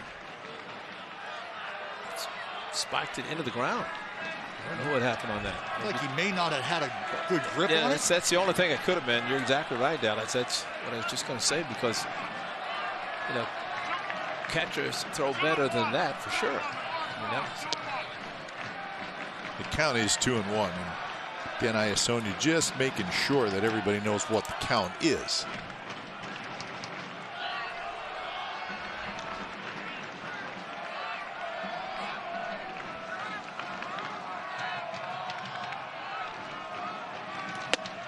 Now 3-1. Robles all over the place. And we highlighted where Robles is on the mound, and you can see why he works from the first base side. Incredible arm side run. Trying to give himself as much opportunity as he can to fill that strike zone up. At times you get underneath the ball. That thing can sail on you.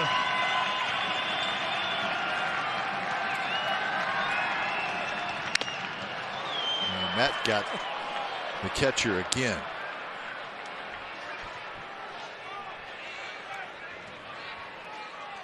well, what part of the unprotected body did this one get?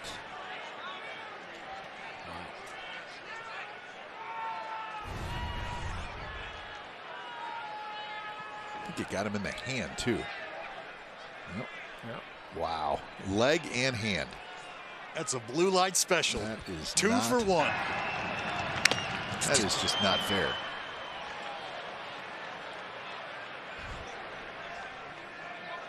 Well, Foss, I think you've done a good job of kind of pointing it out.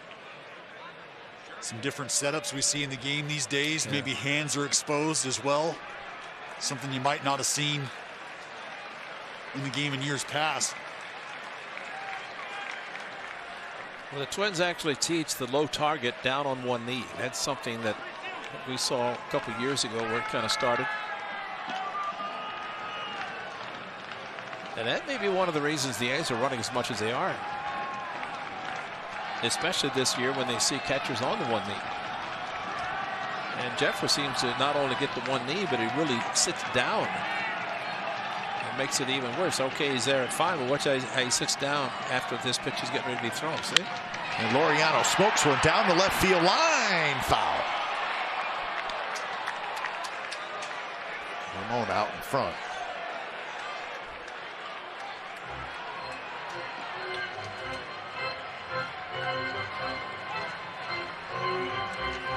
Man, Jeffers looks like a pretty tall catcher. Yes. Still give a low target with has been a tall catcher. I mean, Sandy Alomar Jr. he's one of the tallest I've ever seen. I think it's all about getting the low strike. That's exactly right. Yep. Low target, low strike, framing. Another 3-2 to Laureano. Here it is. Another foul ball. Another breaking ball. So that's 8 foul balls with 2 strikes in this inning. And to me, what that does is add pitches. And if a pitcher gets a couple of strikes and the hitter keeps fouling them off, it essentially does not have a put away pitch. And Mariano trying to keep that from happening in this at bat. He's out there trying to put him away. He knows he can't be too fine or you end up giving up the free pass. Not something you want to have happen either. Or hang one of those breaking balls and make it a tie game. I was just going to say, you're forced to repeat, and not only repeat potentially the same pitch at times, but repeat location as well, knowing it's got to be somewhere near that 17 inches of home plate, right? Exactly.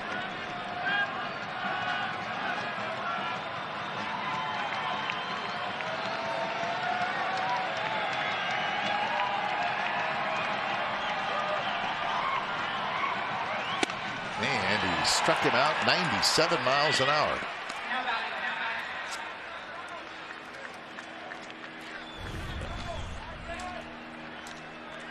Battle, battle, battle, and there it is. 97 chased him inside. Just a quality pitch there from Robles. So 2 outs in the inning, couple of runners on, and we got a pitching change.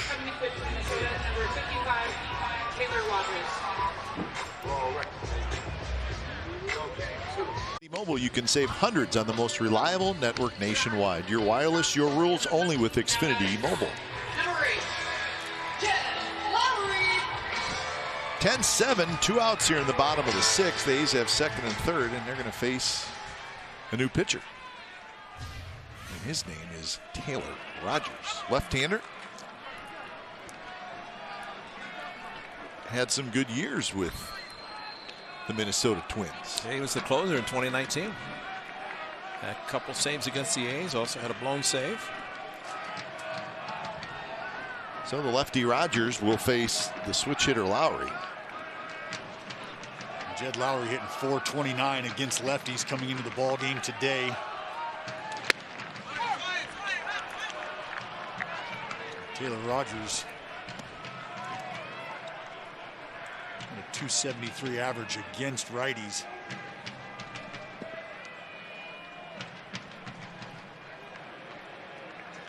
Rogers off to a good start this year. That one is driven right center field. Nobody's going to get it. It's going to bring home a pair. Lowry's going to hustle for 2. He's going to make it, and it's 10-9.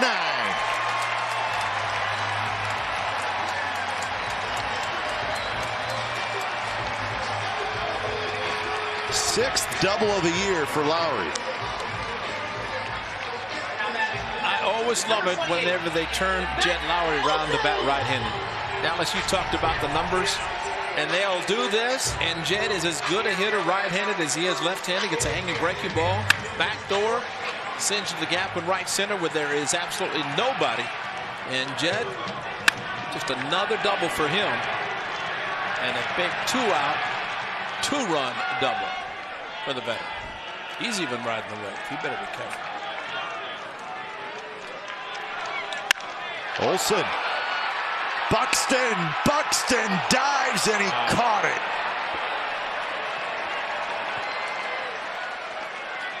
That would have tied it up, obviously, but Buxton racing across the outfield grass.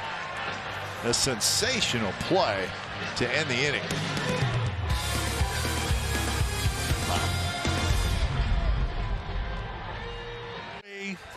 To look at this other than Byron Buxton and his speed is a cheat code. It's unfair. He should have to stay put for at least 3 seconds before breaking on a baseball, because this is a game-saving catch for the Minnesota Twins.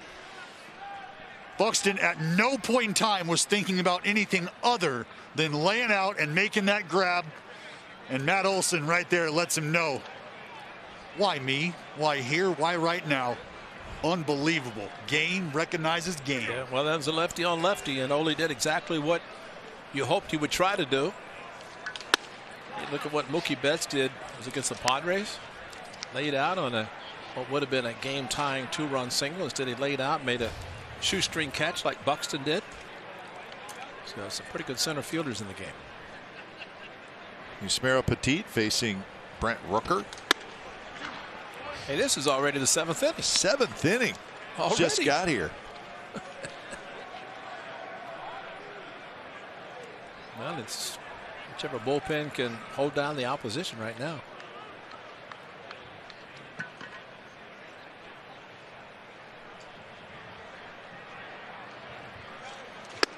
and a miss. Struggles continue for the Houston Astros. They lost today 6-3 in Colorado. So they lose both games in that 2-game series at Coors Field. The Astros have now lost 9 out of their last 10. So they will kind of limp home and get ready for an important homestand. They got 4 against the Angels and 4 against the Mariners. And the Astros now 7-10.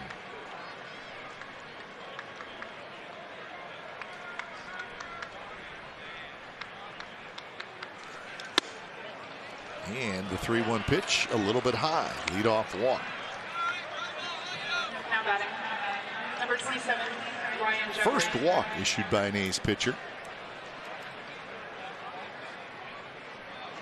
Angels leading the Rangers 3-1.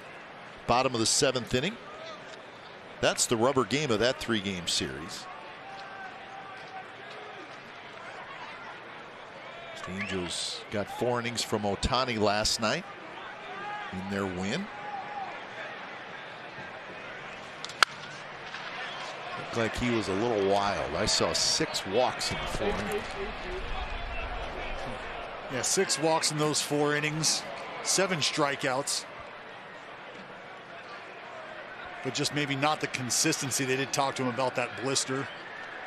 Maybe not quite the velocity because of. Yeah, that's kind of what they said. With velocity, figured he was not going to throw as hard because of the blister. So Ohtani was not in the batting lineup last night. He was the pitcher. He is today, and he has homered. So he's got 5 home runs. Trout also has homered today. He's got 6. So they are winning 3-1, bottom of the 7th against the Texas Rangers.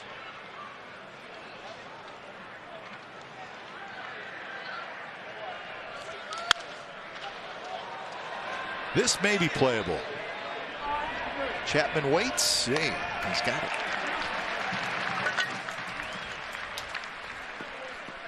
Well, fans, download the MLB app to get in-game video highlights, live pitch-by-pitch, breaking news, player updates, stat leaderboards, and more for your A's.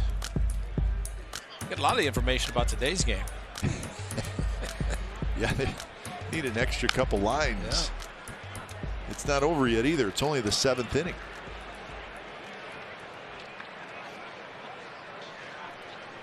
A's have about a 5-hour flight waiting for them.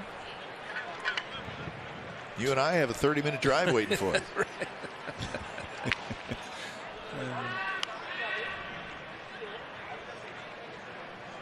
Mariners are off today. Got a big road trip coming up. They will play 4 in Boston and then 4 in Houston for Seattle. The A's and the Mariners tied for the top spot in the AL West. So that's your AL West update, which we like to throw at you each and every game.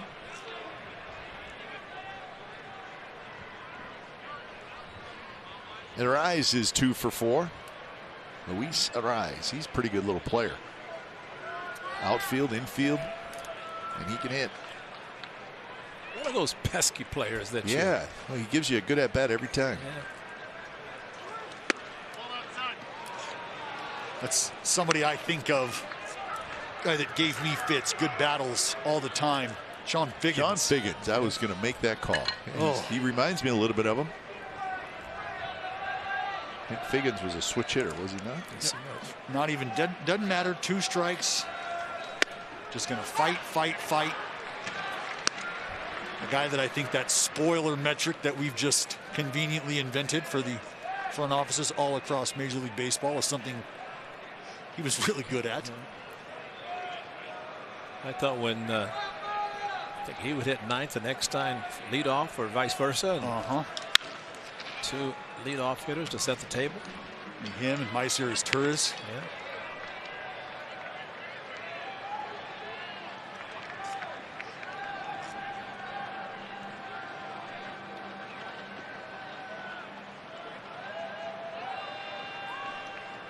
So 2-2 with Donaldson waiting in the on-deck circle. Slapped foul. He covers that pitch. There's a guy that almost gives you the feeling like you just need to throw strikes and you just need to execute your pitch, and eventually he's going to get himself out. Again, not a ton of swing and miss.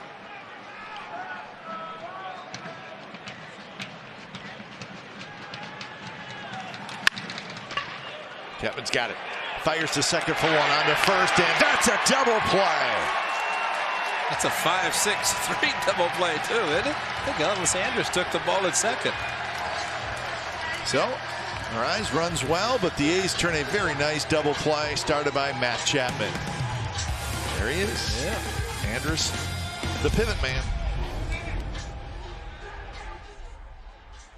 Baseball on NBC Sports California is brought to you by Toyota. Wouldn't it be nice to drive the most trusted brand in California? Take a test drive at your local dealer today. Well, the A's are halfway there to the 20-game win streak. They're sitting at 10. Little ways to go. Well, that's what every 10-gamer wants to be when it grows up. A 20-gamer? You got it. A's trailing 10-9, bottom of the 7th. Off the end of the bat, Buxton hustling in, and he's going to play it on a hop. What a difference that a bat makes, huh? He went on the big swing by Matt Chapman. That ball just like a parachute. And it looks like Buxton plays pretty deep as well. Probably why he's able to get to Olson's ball. This ball off the end of the bat, he had a big swing to Chapman, and Buxton just tried to utilize his speed, but really a smart play by not going for the headlong dive in case he missed it and putting Chappie in the scoring position. But the A's get the leadoff hitter on base. Chappie will take it. Piscotty hitting for Moreland. Piscotty check swing.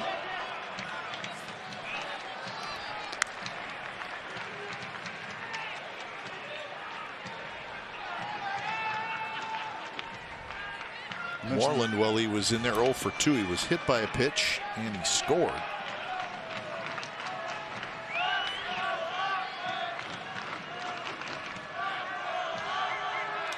Foul back. We'd mentioned the success for Lowry against lefties. Steve Piscotty, 308, gets left-handed pitching as well. So a couple guys up in the right spots. Keep this train moving right along.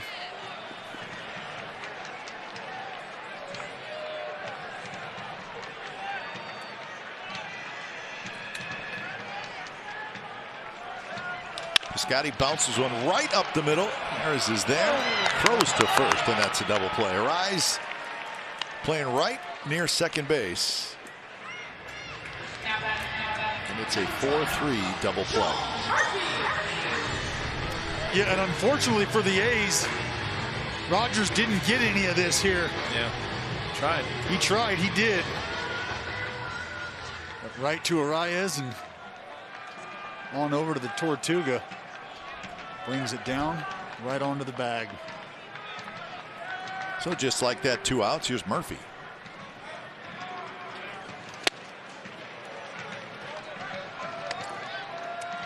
The Twins closer is Alex Colomang, who we've seen quite a bit over the years with the Rays and last year the White Sox.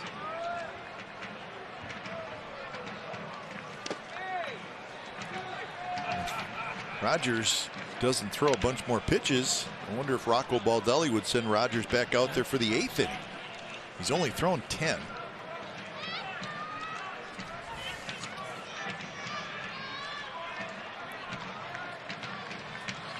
That's Colomang.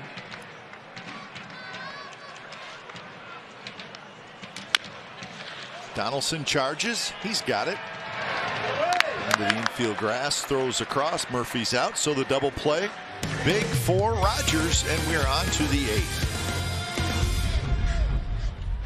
On the best deal of the season to see your green and gold. Purchase A's Flex Ticks and save up to 30% off ticket prices. A's Flex Ticks can be redeemed for any available game this season when you are ready to come back to the Oakland Coliseum. Get your ticket vouchers at athletics.com/flexticks. We have reached the 8th inning here at the Coliseum. And it's 10-9, the Twins lead. And Petit stays out there. I like where that fan's head was at, guys. He's trying to dial up a comeback, and I'm with him. I think you're right. I think he was. Second inning for Petit, a swing and a miss by Donaldson. Donaldson, Cruz, and Buxton.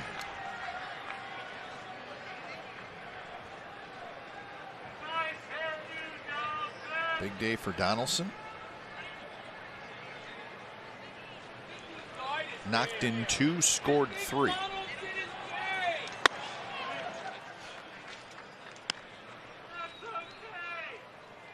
Twins are off tomorrow, so they'll obviously fly home after the game and enjoy an off day at home. They'll host the Pirates over the weekend. So interleague baseball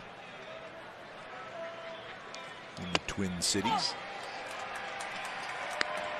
Well, the Pirates coming in, Rocco Baldelli will have his former bench coach Derek Shelton, who is now managing the Pirates in town, but also might say he lost a very good bench coach, did Rocco Baldelli, with Mike Bell passing away, the son of our good friend Buddy Bell.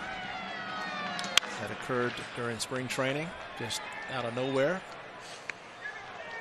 But the jersey of Mike Bell hung in the dugout of the Twins, and they have Ilma B on their sleeves.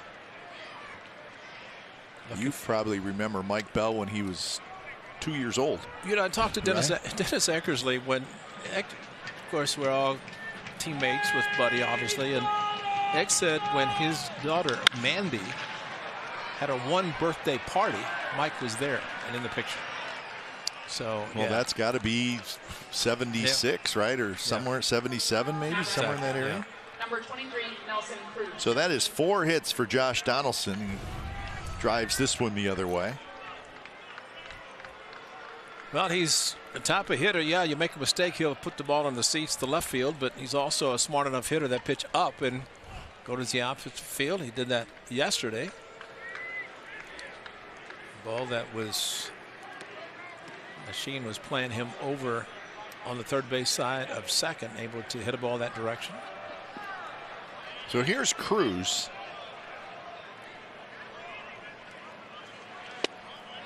Nelson Cruz today, a 2-run homer, a solo homer, an RBI ground out. He's 2 for 4 with 4 RBIs. You know, you go back to the ground out that he had in his last at bat with Josh Donaldson running on the play, stay out of a double play.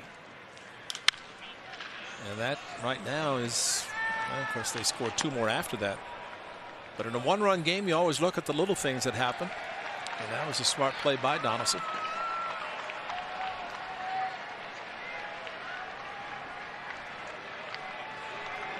Nelson Cruz will turn 41 years old on the 1st of July.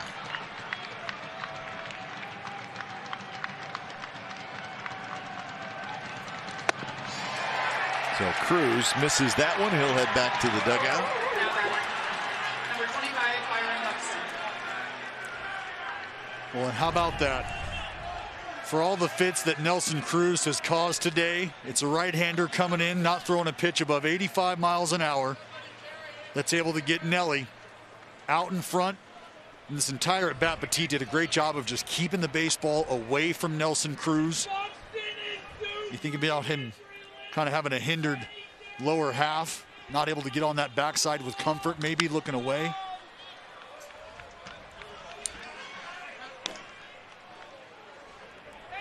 And I mentioned the Josh Donaldson smart base running. The guy at the plate.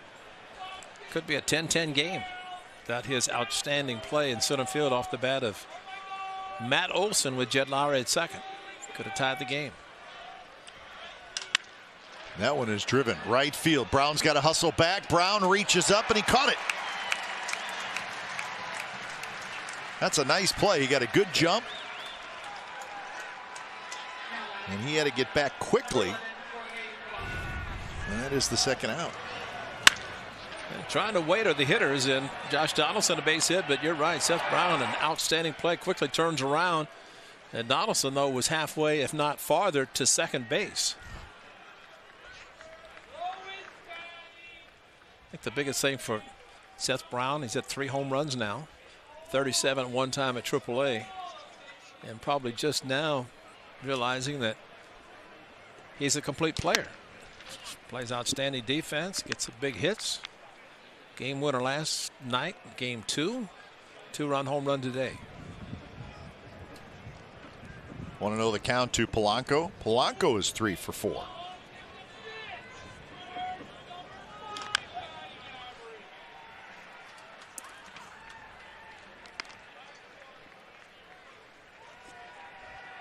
Three singles, 2 runs scored, and an RBI today for Jorge Polanco.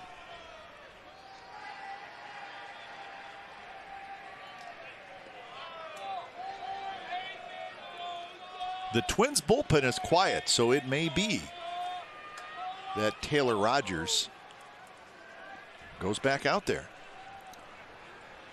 Certainly looks that way.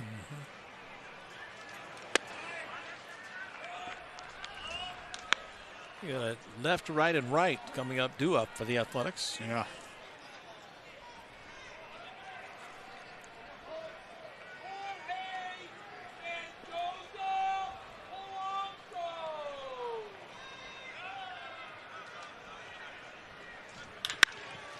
Hit hard. Flip to second, but no chance to get anybody. So Elvis Andrus did everything he could to try to get an out at second base. Polanco, he was not going to have a shot at Polanco. Number 64, Williams Astudillo. So 4 hits for Polanco.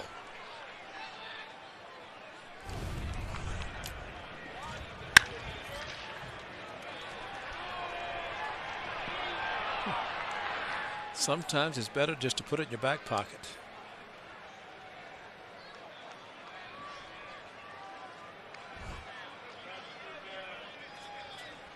So now 2 on 2 out. It's Astudillo, who is 1 for 4 with an RBI single in that 6th inning. Kind of an interesting stance by Astudillo. He holds the bat kind of low, but when the pitcher kind of starts his windup, then the bat comes up into a much better hitting position. Not quite down around the waist like Mickey Tettleton. He'll lift it up. There it is. Laureano under it, and he makes the catch. So Twins strand 2, bottom of the 8th coming up. Twins 10, A's 9.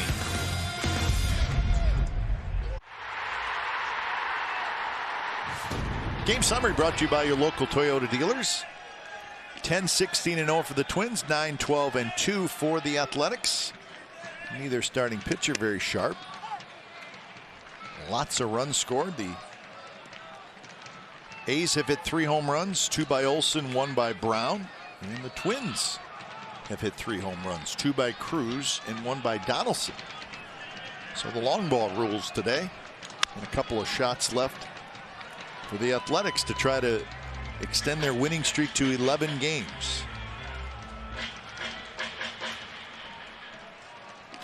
0-2 to Seth Brown facing Taylor Rogers.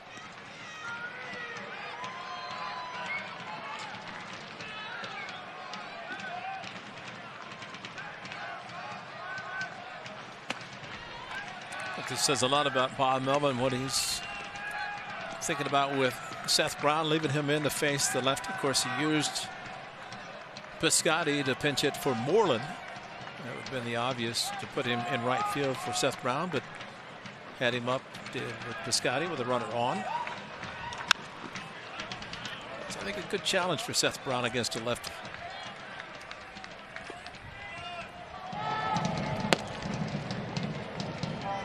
There's Alex Colomé, the closer. Well, I think what it does is it can really give Brownie that vote of confidence as well. Exactly. They've got the faith in you to match up against their best offerings. Fastball to the backstop, 2-2. Oh, Brownie, take one for the team.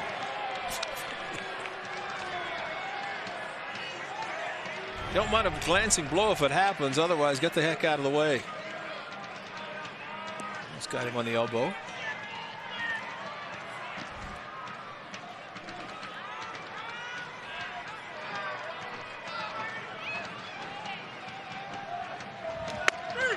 And that one right on the corner.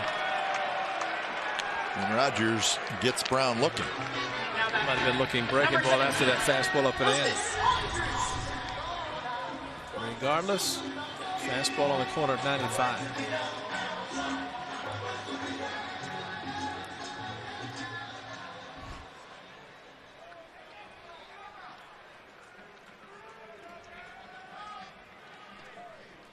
So 1 out. Well, I think this is a good test for the A's here, especially considering how this short series has gone. Short, only 2 days, doubleheader yesterday, but 7-0 shutout game 1. Offense was clicking, starting rotation. Sean Manaea got that job done. In the second ball game, tightly contested, 1-0. Another great performance from the starting pitching. And then you come to today, it's a slugfest, blow for blow. And really trying to figure out how to win the ball game 3 different ways. And for a team that's done a great job of bouncing back from early season struggles, it's a good show of resiliency. So now Elvis behind in the count, 1-2. 2 hits today, make that 1 hit today for Elvis Sanders, 1 for 3. An RBI single, got a run scored, he's got a stolen base.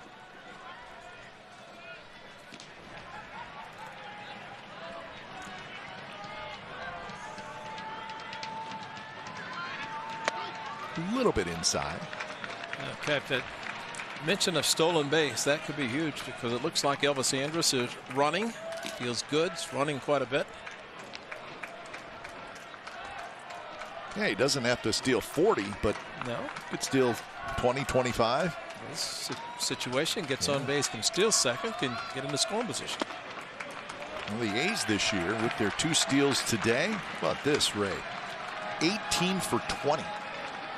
So not only is that a lot of stolen bases, 18, but obviously the success rate is excellent.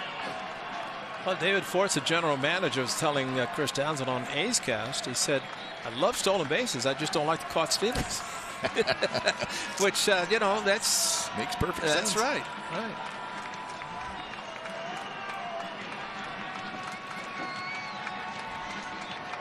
Rogers deals the 3-2, and that is a swing and a miss.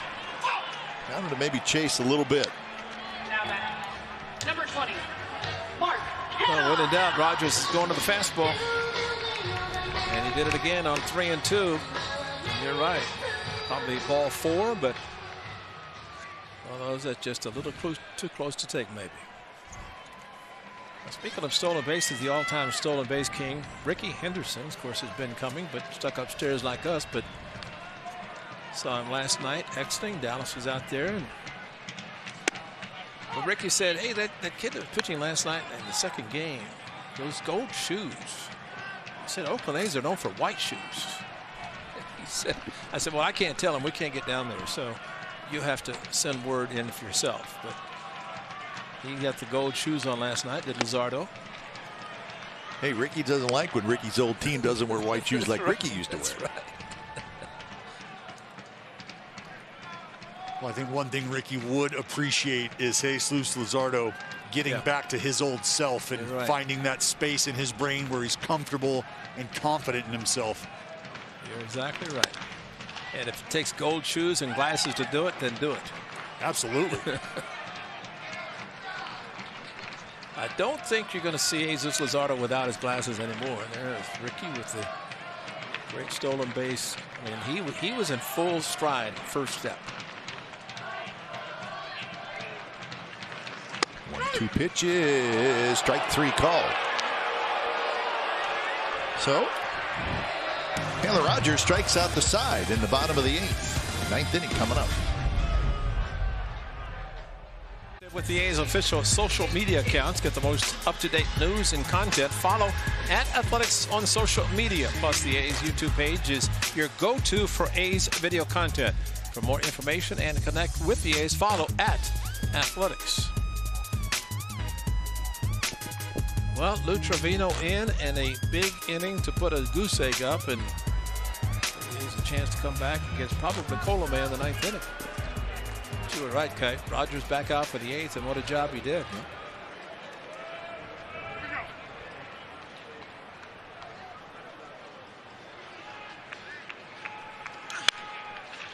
Trevino's first pitch, 9th inning, to Jake Cave is foul back. You know, these situations here, I think, are important to pay attention to when watching the evolution of a guy in the bullpen. And a guy like Lou Trevino, who is undoubtedly capable of closing out ball games. We've seen that in the past. But now you slide into a more defined role. And again, probably more high leverage than solely a closer's role, but this not a save opportunity. Can you go out there with that same mentality?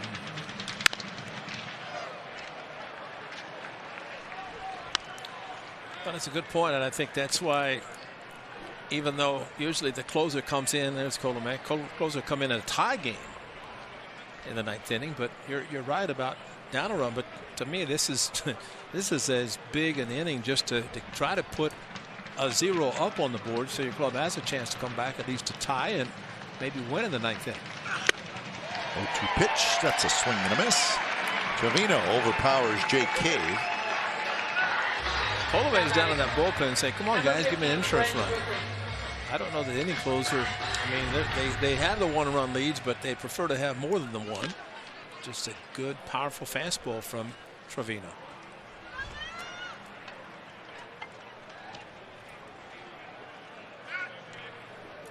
So with 1 out, here's Rooker.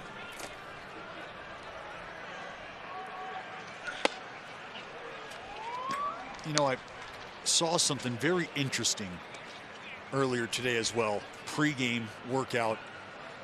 Lou Trevino, Jake Diekman getting their work in together, getting their running in, some other active warm-ups.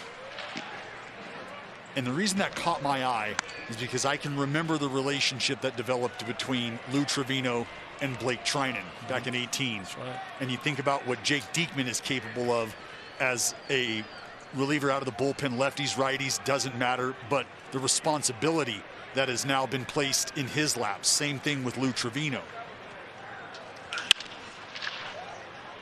And you think about these guys forming that relationship, understanding that they're going to be playing a role in each other's life, directly impacting outings of each other, and it's just nice to see that group continue to come together, knowing what's going to be asked of these guys at the back end of ball games.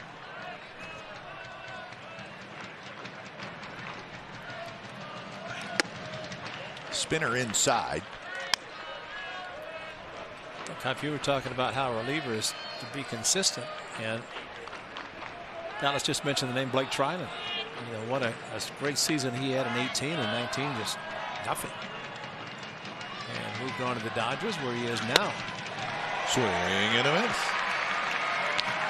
I think you're right about, you know, for Lou Trevino, wants to learn, kind of like a sponge. Did it with Blake Trinan, setting him up and talking to Diekman.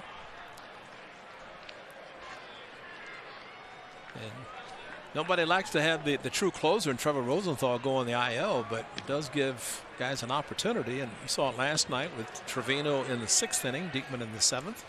7-inning games. And so some pretty good guys coming out of the bullpen to try to accomplish what one guy was known for.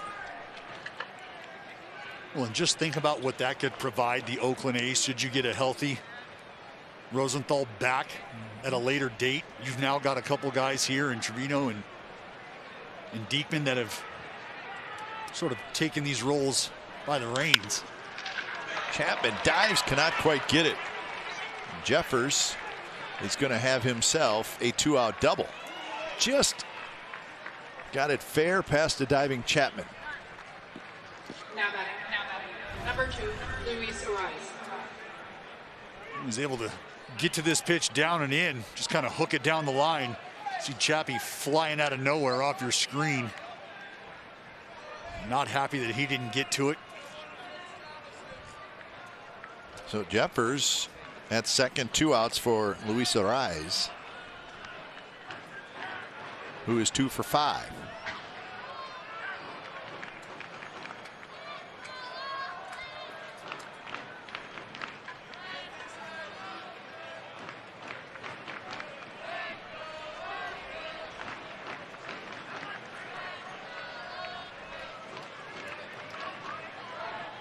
Well, the Twins in that 6th inning, they scored 3 times.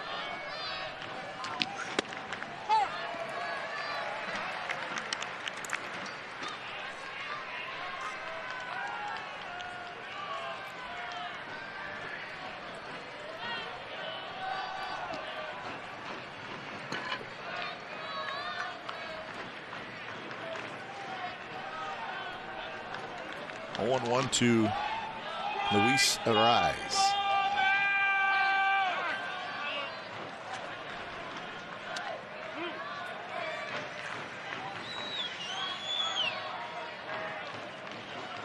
Did you get all that, Ray? Yes, sir. Okay. Well, I was just going to say you could kind of see Lou Trevino processing He's going to check the information, on the step card. off. So we had Murphy looking at his wristband, then giving hand signals. Trevino going to the back of the mound, looking at his card.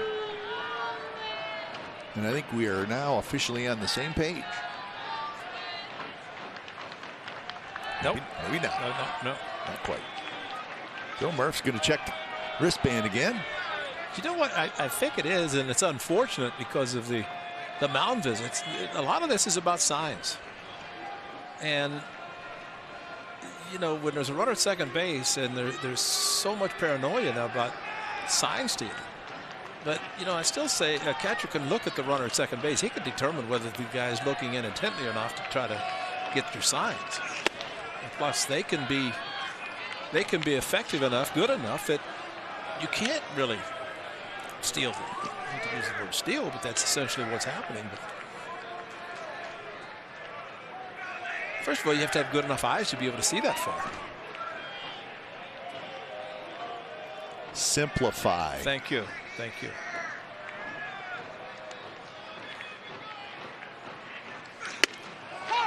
Right on the corner. Nice pitch. You're right, because if you don't simplify and there's that hesitation in the pitch, there's no hesitation here. Perfectly thrown fastball. 2 strikes with Ariz is not a lock.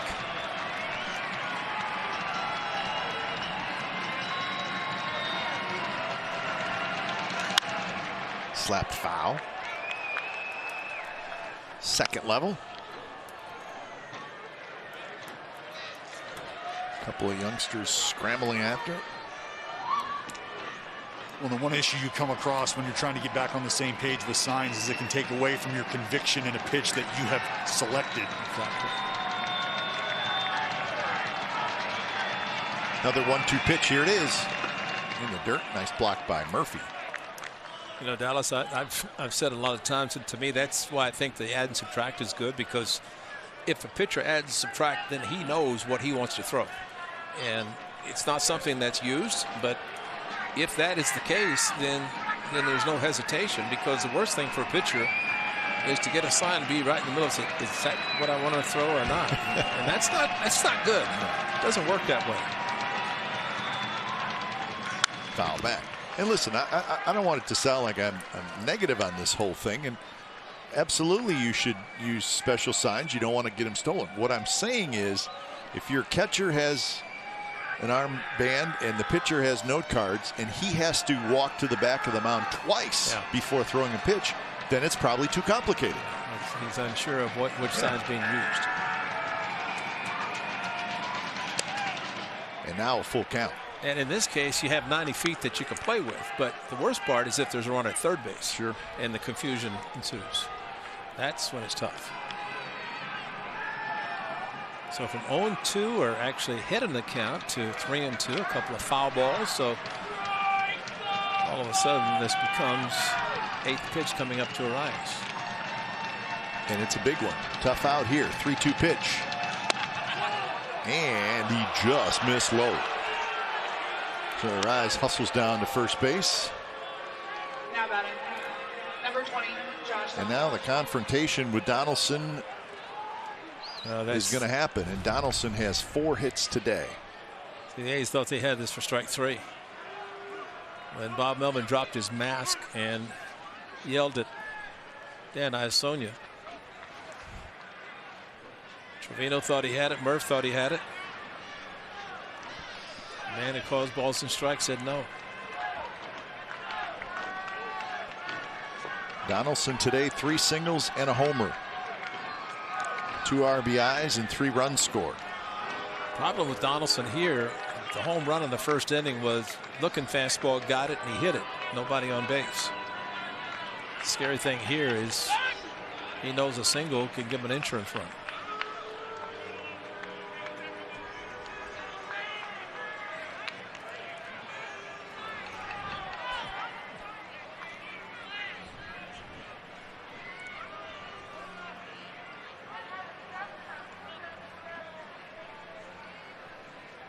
And this is kind of what I was alluding to. The tough part about this is you haven't been able to create any sort of flow here. You mentioned rhythm early on. But again, the flip side of that is not being sure, not being convicted. And if it takes a mound meeting to get on that same page and you've got enough to spare.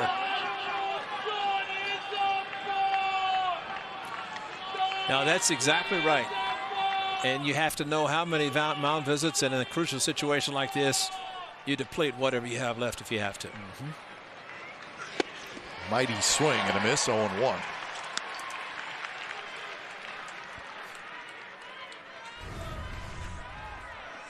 I'll tell you right now, 0-0, Josh Donaldson's bat is hungry and he's trying to let it eat.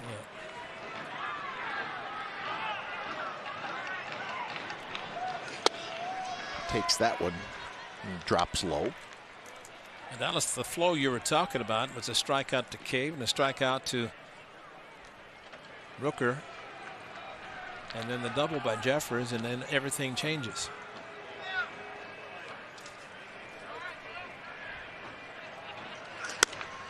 Fastball up and away, 2-1. That's it. You got the double, you got the guy on second base, and now you've got the sign issue, and just kind of taking a little longer than you'd like to get back on the same page.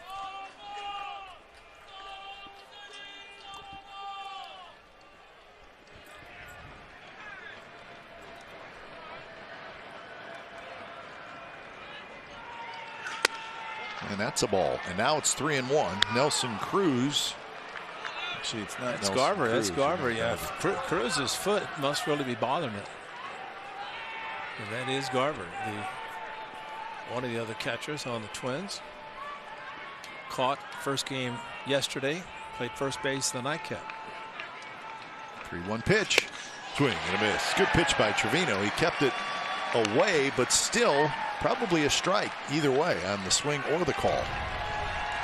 Yeah, you're right. And perfect location at 95. So 3-2, 2 outs. Jeffers at second, Arias at first. And they will be taken off. Drop that fastball a little bit lower to the outside corner. Otherwise, JD may be thinking right field. Probably thinking right field anyway. Figured he's going to stay out there with the fastball.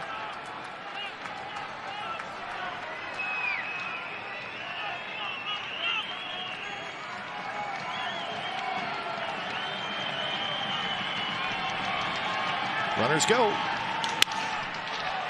Toward right. Brown is there. And he's got it. So Trevino kept it away from Donaldson. He gets the big out. We're headed to the bottom of the ninth. 10-9 Twins. It's been a good day for him. First two ABs, he did this against Maeda. Breaking ball. Maeda looking at it, just kept carrying. That was to right center. This one to center field, forget it. Ole knew it was gone, and there was no doubt about it. Hit a cameraman center field, but got the job done with a 2-run home run. StatCast 3D powered by Google Cloud. Check it out. First one, 106 miles an hour off the bat. That second one, 108. And how about the distance? 382, just over 420 to dead center. Well, Matt Olson will hit in this inning. He'll hit third. Laureano, Lowry, and then Olson against Alex Colomé. Veteran closer for the Minnesota Twins. First pitch is a little bit low.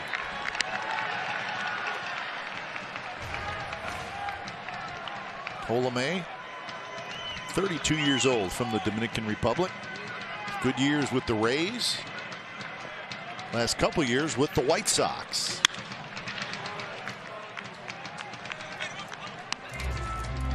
This year he's given up 10 hits, 7 runs, 4 earned in 6 1/3 innings. Does have a couple of saves.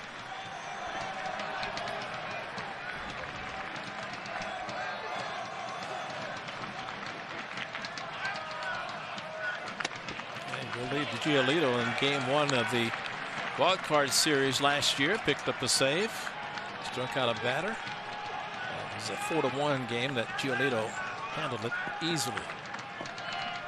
His ERA, Colomé's with the White Sox last year in 21 games, was 0.81.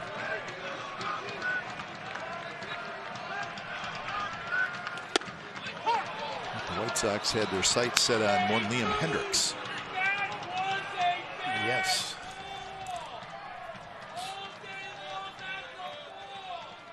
Well, he's basically fastball cutter is Colomé.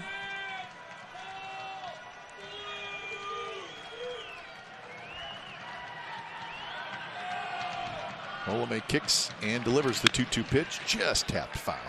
Colomé in his career has 140 saves.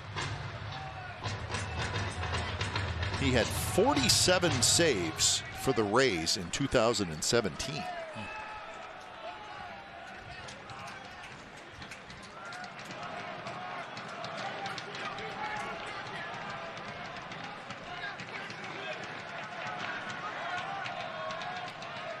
Two pitch, here it is. Way inside, and it hit him. Get hit with a 95. That's his way, just a grazing fastball.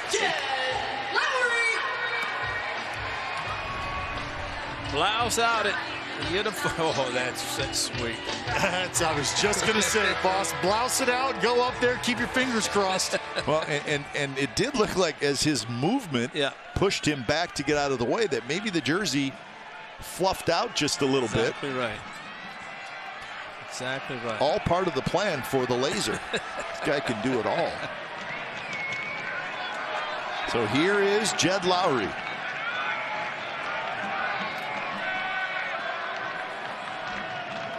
Laureano with a good lead at first. You never know.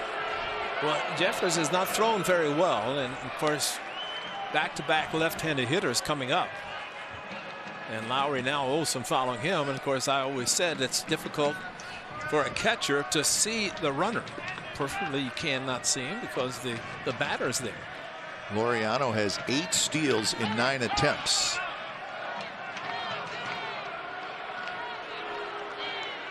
Well, Colomé, should he break out the slide step, going to be tough to run on.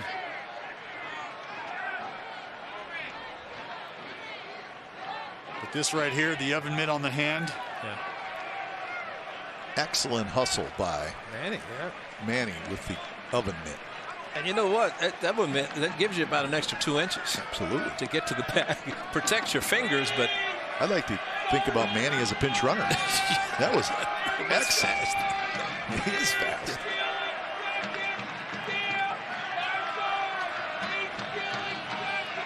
Lowry drives one left center field. Staying up though for Cave, who moves to his left and makes the catch. And both slicing back to Cave. This was the play of the game. A's with a chance to take the lead. And the Twins scored 3 in the top half, and after the double by Lowry, that's what Buxton did with Olsen, trying to tie the game with a opposite field, maybe extra base hit. That'd have been a sweet extra base hit, sweet single. That would have. Twins have had some pretty good center fielders, and I think of Torrey Hunter and Kirby Puckett. That would have tied the game. Olsen takes outside. Olsen with 2 home runs today. Solo shot in the second, 2-run homer in the third. He is hot. You know, one of the things about trying to steal a base, and the difficult part is that you have a power hitter up in Olsen. Chapman has power in the on-deck circle. And you don't want to take a chance of running yourself out of a possible inning, or when you have a guy could hit a home run, make it a 2-run shot instead of a base hit. But I guess you might say that the best opportunity would have been with Jed Lowry at the plate, but he swung at the first pitch. Well, we got ourselves a 2-0 count right here. You know, Colomé is not interested in putting anybody else on base. Trying to get back into the count. Wouldn't mind seeing a heater outer third get deposited right over the Ricky Henderson sign in left field. All right, take a double down the left field line since nobody's even close to the line at third base. In the dirt. Chapman to follow. It's now 3-0. Well, he hasn't been close with 3 pitches, which leads you to believe that he's going to want to throw a strike. But with Matt Olsen, take the green light and try to take that strike if he does throw it. He may just try to get it over for a strike instead of throwing a true fastball.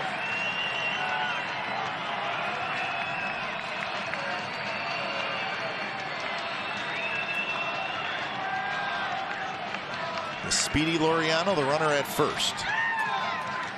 And that one is on the outside corner for a strike.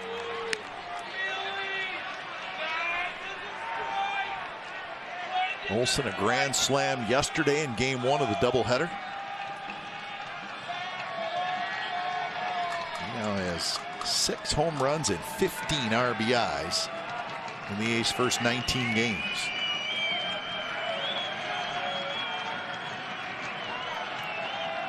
One pitch.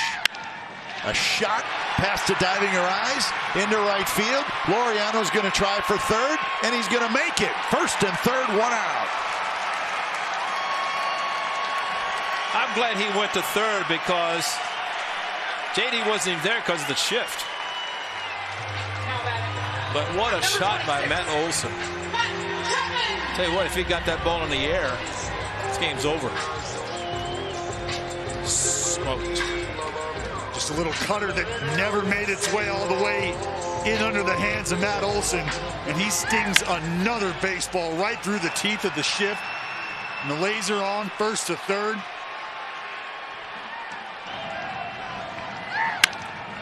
Now Donaldson's playing near second base, and so here's your foot race. You're going to see Josh Donaldson come in the picture, and he's not even at third. So infield comes in for the Twins as Chapman steps in. Chapman takes in there for a strike.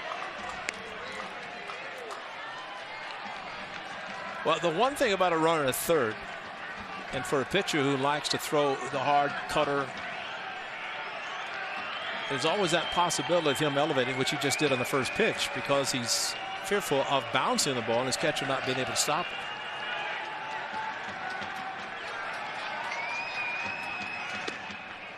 Good take, 1-1.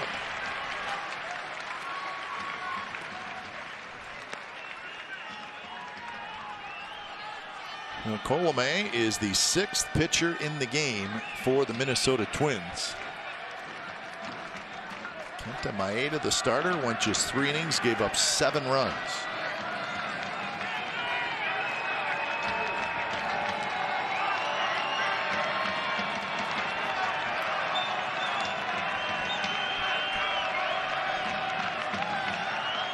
Chapman fouls it straight back. 94 right down the middle, and Chappie had a good swing. He was on it. Well, with the infield in, and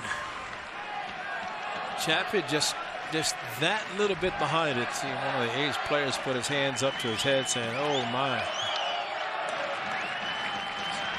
Every time I see the defensive alignment with Chapman up, I always think about the right side and cut our fastball out there, just take it to the right side.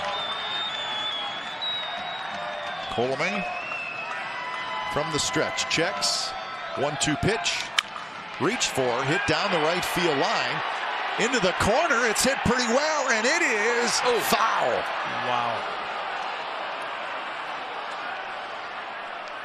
So much for the sac fly. That was almost a 3-run walk-off.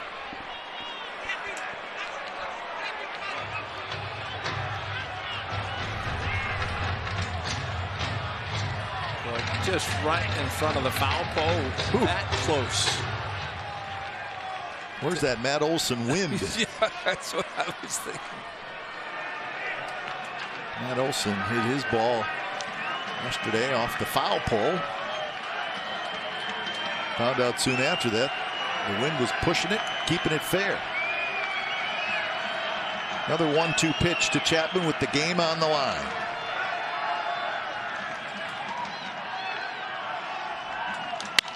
Line drive, left field. Cave has it. Laureano tags. Laureano's going to come in, and he has tied the game. So Chapman gets the sacrifice fly, 10-10. He helped him out. Now batting, number 25, Steven Piscotty. We figure after coming probably just inches away from hitting a walk-off, at times you could think a guy might try to get a little big and do a little too much. Not the case for Matt Chapman. Just need to elevate, get this ball into the outfield, and they execute that. Pick up Mark Kotze. Great job. As soon as that ball was hit, he got down the line, told the Laser to get back to third. We're tagging, verbalized the go, and gave Laser every opportunity he needed.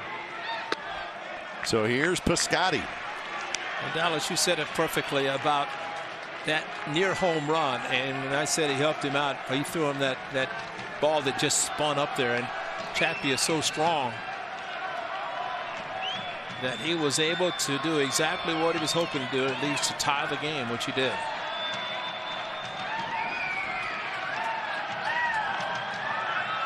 Piscotty fouls it straight back.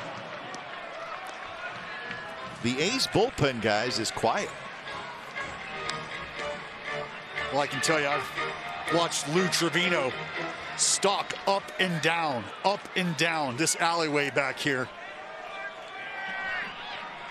Smoke coming out of his nose. Oh, he is ready. He wants that baseball.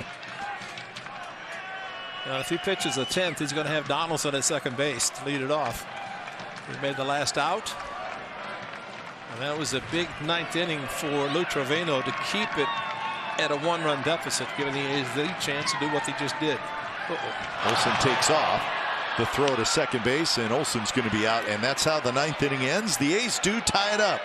It started with a hit by pitch. That was Laureano. Olson got a single. Chapman with the sac fly. 10th inning coming up. Day busy scoreboard. 10 runs, 17 hits, no errors for the Twins. 10 runs, 13 hits, 2 errors for the Athletics. So we're into extra innings. That means each half inning will start with a runner at second base. Somebody built to Josh Donaldson. It looks like the Twins are going to actually have a pinch runner at second base. It's going to be Travis Blankenhorn.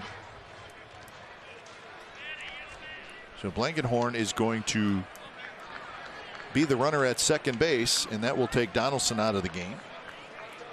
And there's no doubt that the lower half issues for JD are what's playing a role in that. Need that run to score. And since Olsen was picked off or thrown out. That means Chapman made the last out for the Athletics, and he'll start at second base. This is Garver hitting for Cruz.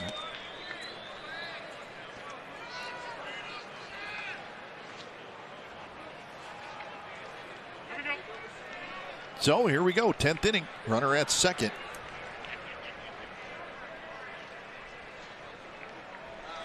And the first pitch from Lou Trevino to Garver's outside. Well, this is where Sweet Lou can kind of tap into the work he's done before. Multiple inning saves, multiple inning outings. Not a stranger to the situation.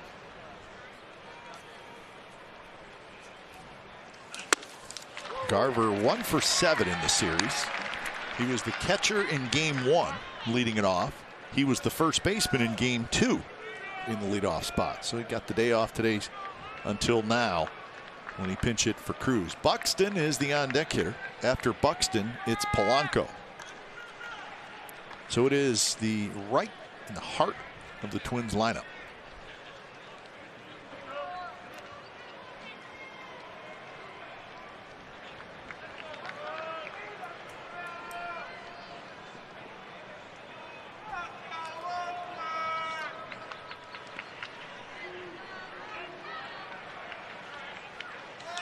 Garver fouls it straight back, and it's 1-2. So Trevino threw 25 pitches in that 9th inning, so he's just getting loose. Maybe working a little overtime. Just getting loose. A's do have an off day tomorrow.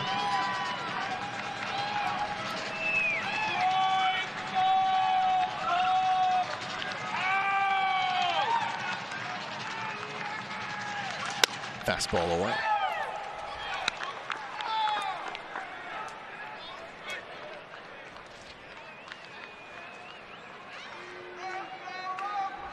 After that off day tomorrow, though, 17 straight days of baseball for the Athletics.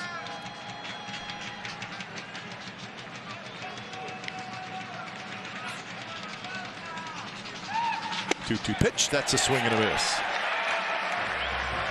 Such an easy delivery.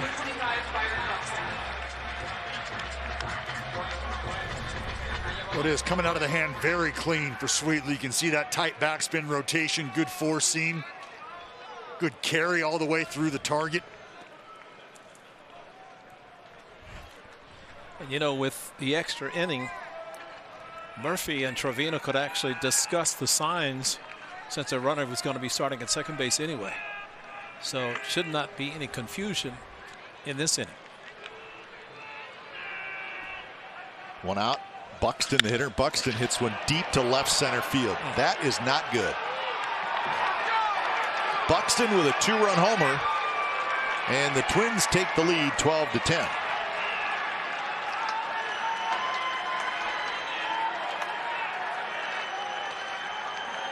He's had a day. He's had a year. 6 home runs now for Buxton on the season.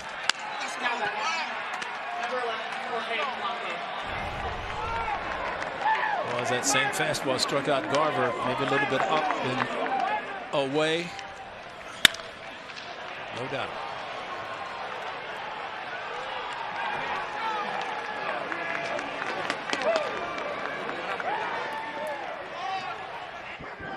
So Buxton, a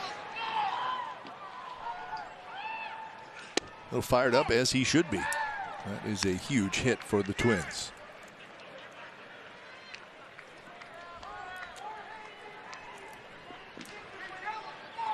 Well, the nice thing, the A's start with the runner at second themselves, so that's a positive. The only difference is it's not a 1-run deficit, now it's 2. Polanco's 4 for 5.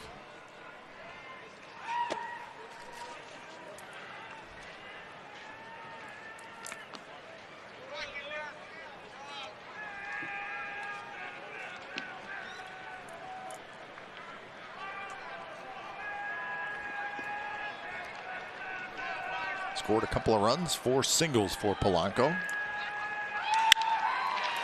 He hits one well. Laureano to center, backing up, still going up, and he leaps up near the wall to make the catch. Now batting, number 64, Williams Astudillo. Laureano tracked it all the way. Sunglasses near the warning track, a little bit of a jump. Heel of the glove, up into the webbing, secured it. So we got a pitching change. Trevino out. We'll be back. This pitching change is brought to you by Race Center. Byron Buxton's 2-run homer. Bob Belvin goes to Gilles Guerra. Trying to get the final out here in the top of the 10th. Guerra has pitched well in his short amount of time in the big leagues. 8 strikeouts and no walks. He's done that in 6 innings of work. Williams Astudillo. Seems like a long time ago, but it wasn't when the A's were in Arizona and he came in relief of Luzardo. And he and the rest of the bullpen did not give up anything. The A's came back and won the game. Guerra doing a great job. Here's Astudillo.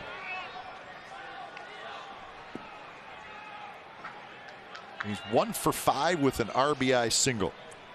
He was in the 6th inning when the Twins scored 3 times.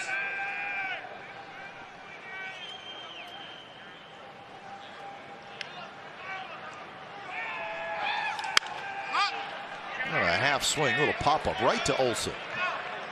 He's got it. So that will do it. Last shot for the A's, bottom of the 10th.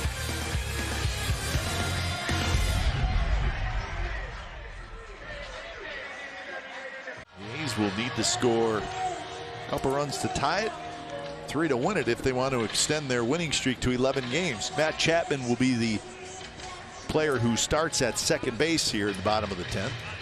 It'll be Piscotty, Murphy, and Brown, the 3 guys that will have a chance to knock him in or just keep the line moving. So Blackenhorn stays in the game at second base. Remember, Donaldson's out. Arise goes over to third. So Blankenhorn at second, Arise at third.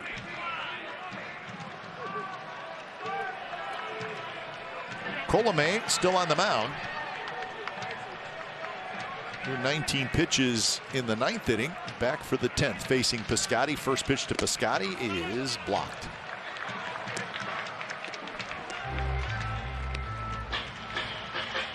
Second at bat for Piscotty. Going to do a double play in the 7th. He is in the DH spot for Moreland.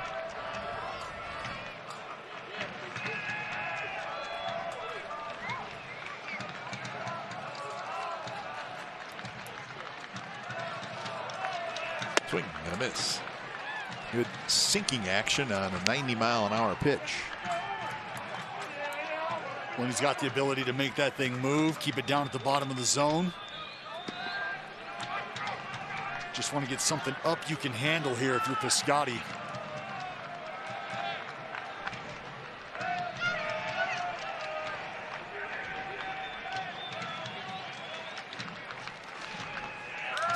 Popped up.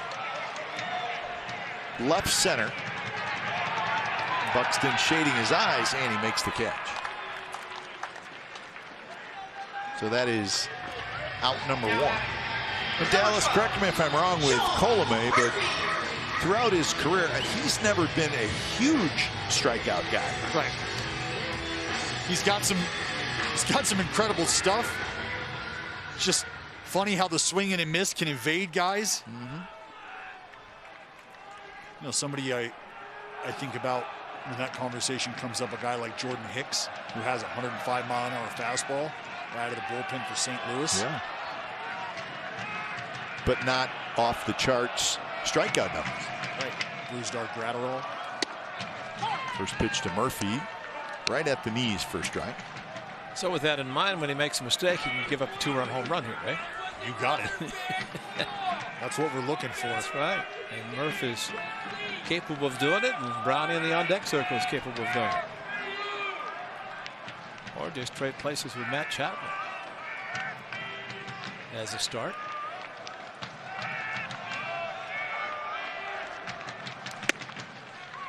One and one to Sean Murphy, who's 1 for 4 on the day. Singled and scored in the third. He scored on Brown's home run. A's have hit 3 home runs today, 6 home runs in the series.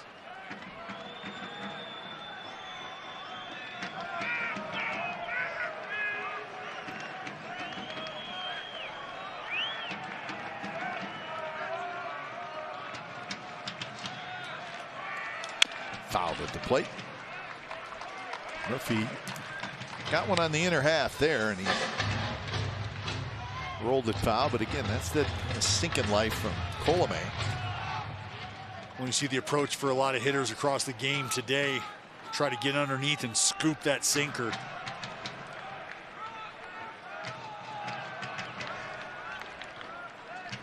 That's why you've seen guys on the hill combat that by throwing 98-mile-an-hour four-seam fastballs at the top of the zone for 9 straight innings.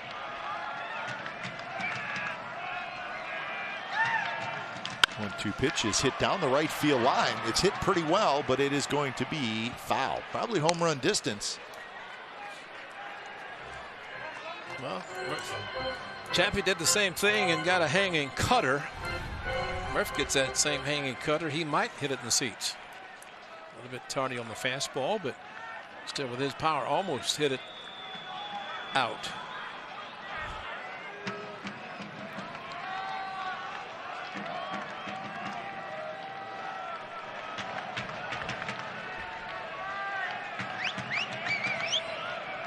Trying to get Chapman home.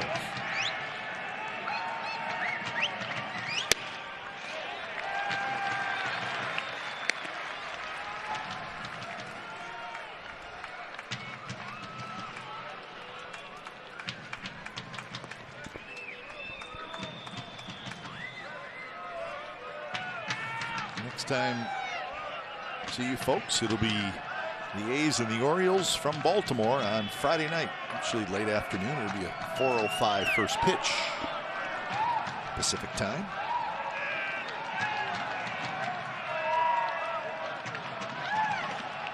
Cole Irvin against Jorge Lopez.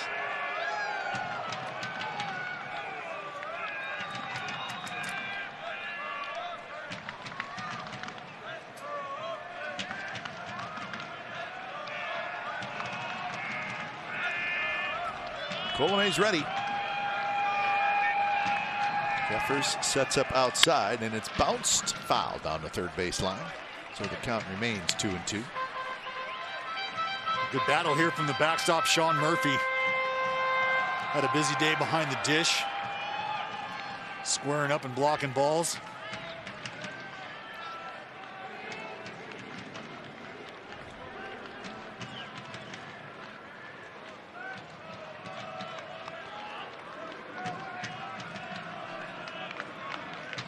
They're ready to celebrate again.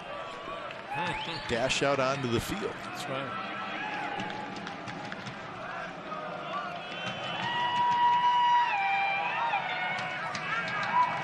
Two-two pitch, and Murphy swung at a pitch in the dirt.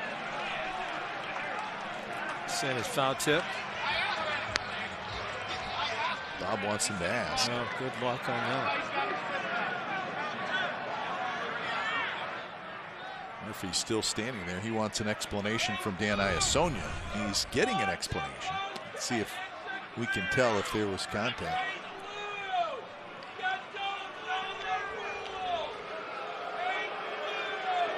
It's always tough to tell. Number 15, Seth Brown. So it goes as a strikeout. And now the last hope is Seth Brown to keep this game going.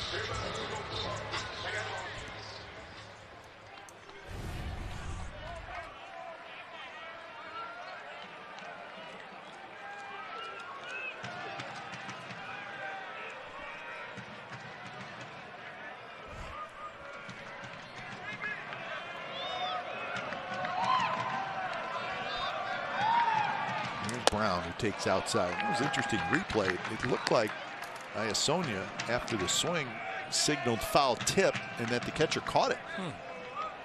Well, and that's kind of what I was wondering is, was that a foul tip signal? He made the signal, or he made some type of signal. Right, and maybe that was a he swung signal, and I don't have a foul tip. Maybe. Foul tip is not reviewable. Makes sense. 1-0 to Brown, and that's a strike, 1-1.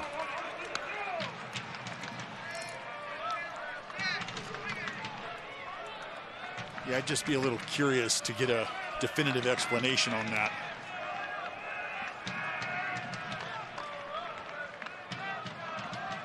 Seth Brown today, 3 for 4 with 2 singles and a home run. He has scored a couple of runs. His homer was a 2-run shot in the 3rd. Gonna get one in the air here.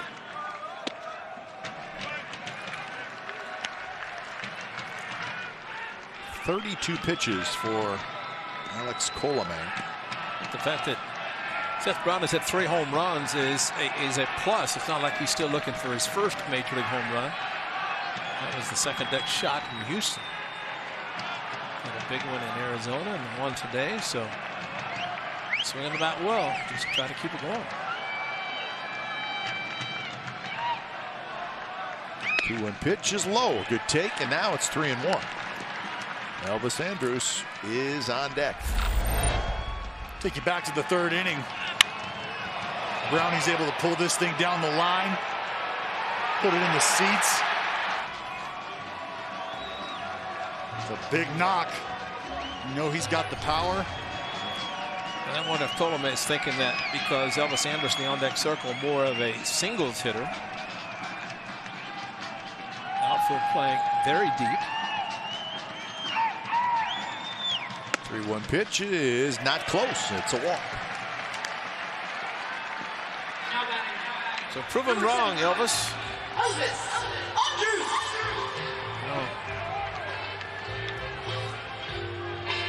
Trevor Now Green, he's back. Number 5, Tony Kemp. Tony Kemp is going to run for Brown. So Kemp will be the tying run.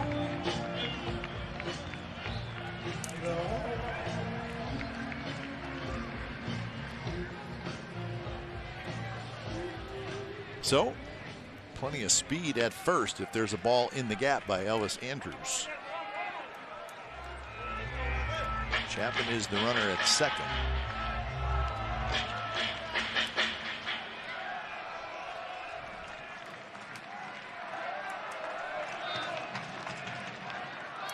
Career versus Alex Colomang, 1 for 9. Buxton asking for help in center field. Where to play him. Slides over just a little bit toward right center. First pitch is a strike at the knees. Buxton very deep in center field. Well, best case scenario to tie the game. Hit a ball down the right field line. Tony Kemp can just run. Or I don't know if the ball can make it to the gap the way they're playing no doubles. Colomang delivers, blocked by Jeffers. That would have helped. That would have gotten by him to put 2 in a scoring position. Elvis Andrus today is 1 for 4. An RBI single, also has scored a run. Got a stolen base.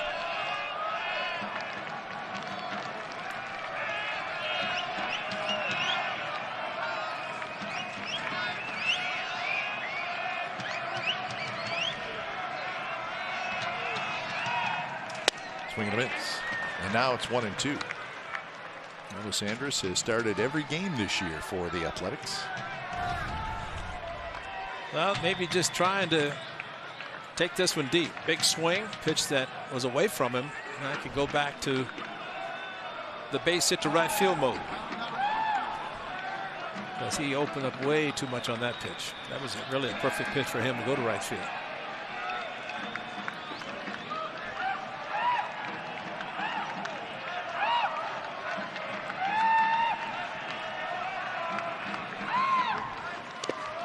Another pitch in the dirt. 38 pitches for Colome.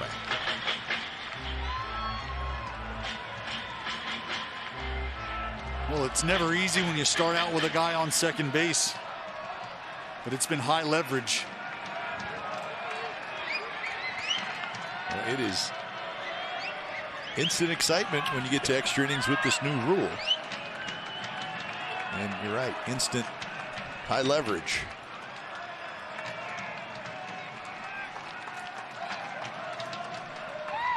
Two and two. Here's the pitch in the dirt. So I said the new rule, starting your runner at second base, it slides you to the edge of your seat before a pitch is even thrown in extra innings, which I kind of like. It's exciting. This will help the A's. Kemp will get a good jump, and he'll be moving big time on the delivery. Alcedillo is trying to talk to him as much as possible. He stays close in a conversation with Tony, and he really gets off the bag at first base. Tony has to take off as soon as he can. Alcedillo following him. Here's the pitch. And he walked him. What a take by Elvis Andrus, and it was low, and now the bases are loaded. Now batting, number 20, Mark Hanna. Well, they've continued to battle here against Colome, forcing him to throw strikes. He's gotten ahead, but they've battled and spoiled some put-away pitches. Look how far he brought that ball up. That ball almost had to be blocked, and he brought it up in the middle of the strike zone. Middle of the plate, did Jeffers. Well. And now a base hit ties the game. Mark Hanna is 2 for 4. He has also walked. A pair of singles and a walk.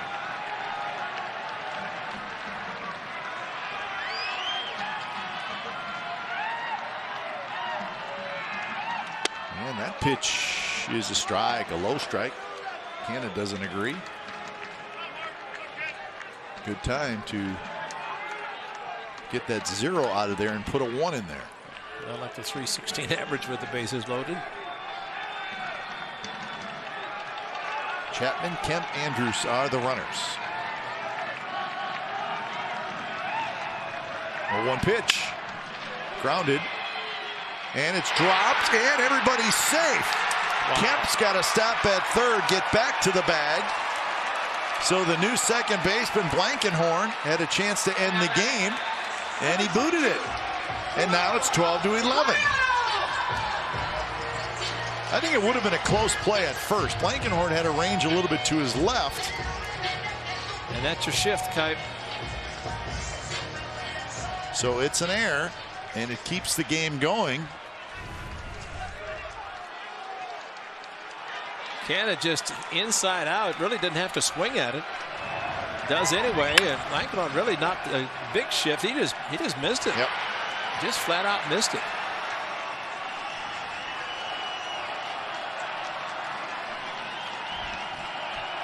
So now the A's could win it with a base hit as Ramon Laureano steps up.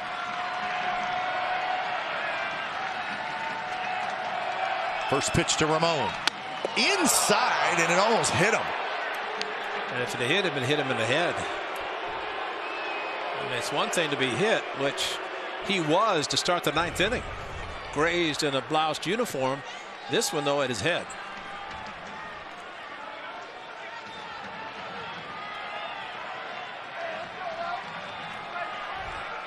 And you just might see Colome start to work away for the remainder of this at bat. Yeah. It's a matter if Ramon Laureano can stay on a pitch down, maybe a pitch away. Looked like he may have been trying to go that way. Yeah. Well, he's got the right side of the infield wide open. And the outfield playing him slightly to right field. Rooker's actually playing shallow, which he should be in right field. Kemp is the tying run at third. Andrus is the winning run at second.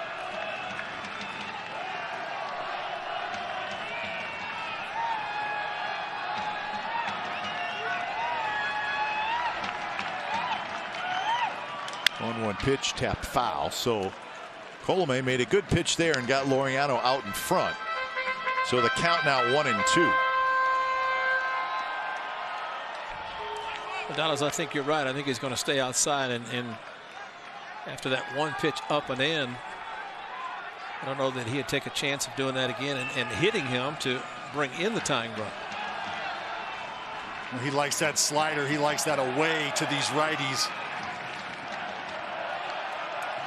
You figure if you're going to give a guy an opportunity to beat you, he's going to beat you on your best pitch in your best spot. And working off that initial fastball up and in, that might be down and away.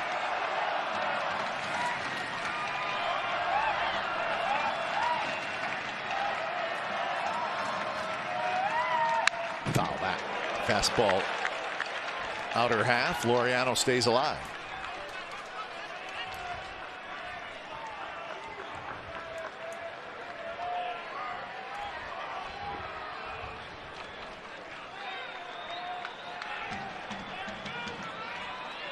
What a ball game today.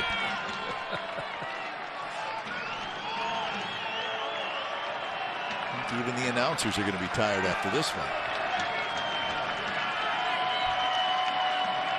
Maybe some heroics left from the Athletics. 1-2.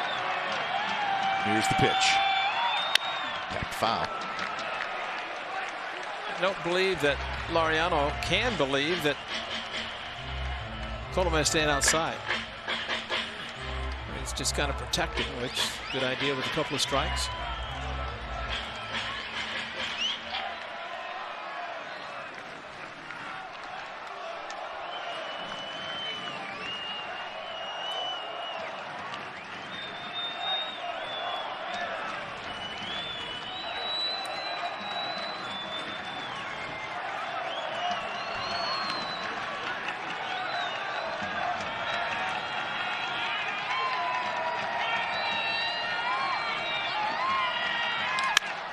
Down the right field line, well back into the seats. 48 pitches for Alex Colomé. Jorge Alcala just now starting to throw for the Twins.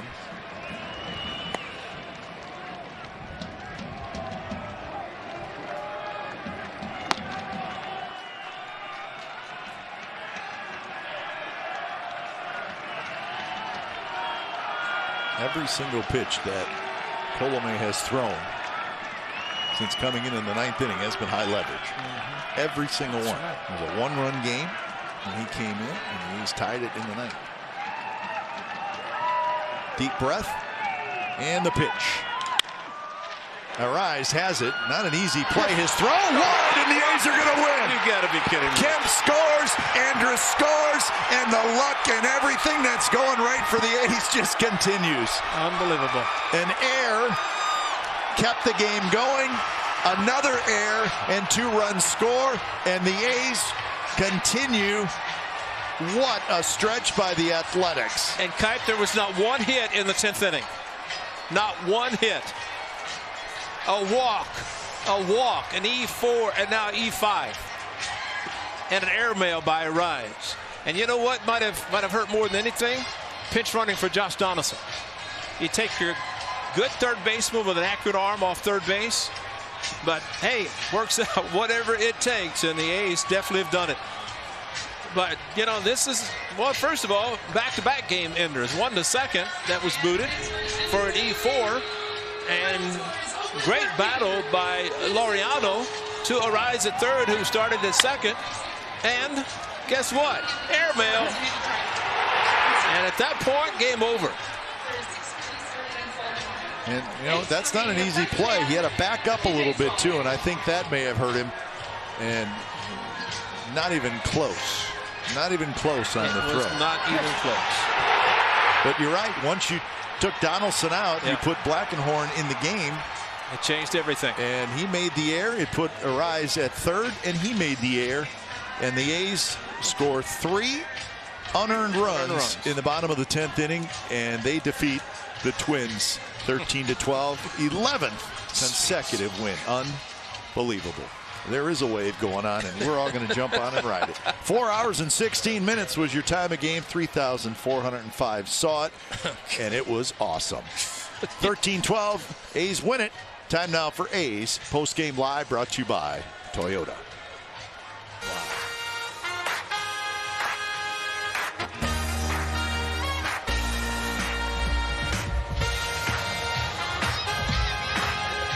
Unbelievable that we're talking about an 11th straight A's win, considering they were down 1-0, up 3-1, down 4-3, up 7-4, down 10-7, tied at 10. Looked like they were going to lose 12-10. They end up winning 13-12. This is an amazing finish to a baseball game. Brody Brazil, Dontre Willis. We'll hear from the train in just a second, but first, over to Dallas Braden with Ramon Laureano, guys. Thanks, Brody. I am here with the laser Ramon Laureano, who put together an incredible at-bat at the end of the ball game. But, Laser, I want to talk to you about how we got here. Big blast, lead changes, defensive substitutions. The game will find you. It feels like this team right now is firing on all cylinders. Absolutely, man. Everybody's contributing, and that's all we can ask for. When you have this kind of a performance that you've gotten from your starting rotation, you've shut teams out, you find yourself behind at a certain point in time in this ball game. Was there any second guessing? Was there any questioning? Did it kind of feel like you guys just, we're not going to quit? No, we don't say that word here, but we you know, when we fell behind, we feel like we can always come back, and we just got to grind at bats, and things will happen. Well, Colomé was out there, high leverage situation since he entered the ball game. Take us through this final at bat. You get down, you continue to battle. You know you got a job to do. What are you thinking? I'm just thinking to hit a line drive straight to the pitcher, but I guess ground ball to third base work now, so yeah. That'll get it done, my man. Go get your board shorts on. The boys are waiting for you. Ride the wave, Laser. Thank you. You got it. Brody, Train, back to you. I'd love to see Laureano surfing. Welcome to Post Game Live, presented by Toyota. Brody Brazil, Dontre Willis, and you and I sat here for the final couple innings just going, I think there's still a chance. It looked bleak, but there was a chance. And you know what? The Minnesota Twins are struggling in a lot of different ways right now. They opened the door. The A's took advantage of that. Resiliency in that locker room. Quality at bats when you needed to most. Down to their last strike, they're able to foul off pitches, make Colomé work, especially when he's pounding the strike zone. So hats off to the green and gold. This is a big win today. It just seems so unlikely considering everything, considering the multiple crooked numbers that Minnesota put up. And let's be honest, they were scoreless through 2 games yesterday. By the way, the grand total of time of yesterday's games is only about 5 minutes longer than today's 1 game went. I'm not sure if you Listen, we had breakfast and lunch together today, Brody. I'm not sure if you put that together yet, but that's exactly how it played out. You knew they were going to wake up. You knew they were going to put some runs on the board. They did that. Fortunately for the A's, their 13 runs actually results in the win and not the result. Let's get to our turning point here, presented by Toyota, and it is this final inning for the Oakland A's. So it actually is going to start it off with the 9th inning, and this is the A's down to their last at-bats. They needed to get a run on the board to get to extra frames. Laureano gets hit by a pitch. A couple batters later, Matt Olson singles. And it's not sexy, but Matt Chapman with the sac fly to left field. You have to grind, especially when your back's against the wall. Get your heavy hitters up. Only had a hell of a day. I love the about by Chapman being able to fight and get there and get that sac fly. It's all about rallies. It's all about putting together quality at bats, and that's what they did late. And again, the A's were down 10-7, so they come back all the way to tie it at 10, which now brings us to the 10th frame, and Byron Buxton, no question about that one. Yeah, we had trouble today shutting down the core.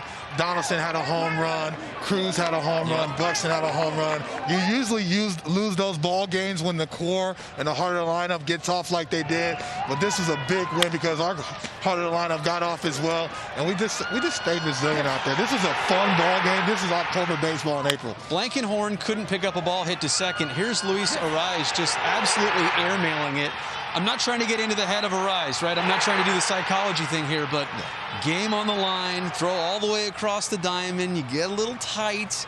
Like that was more of a mental thing than a physical thing, I think.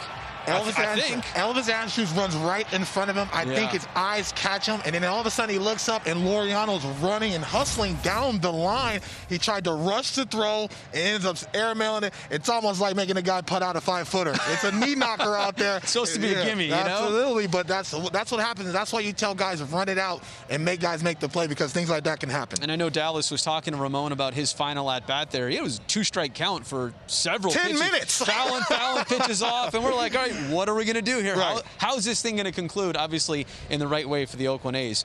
Let's get to earlier in the game. The Twins in their 6th inning got a hold of Sergio Romo pretty good. It wasn't like they were hitting extra baggers, but a lot of singles. They scored 4 runs off of him. And this was a series of 2 innings in a row where they got 3 runs in each in the 5th and the 6th.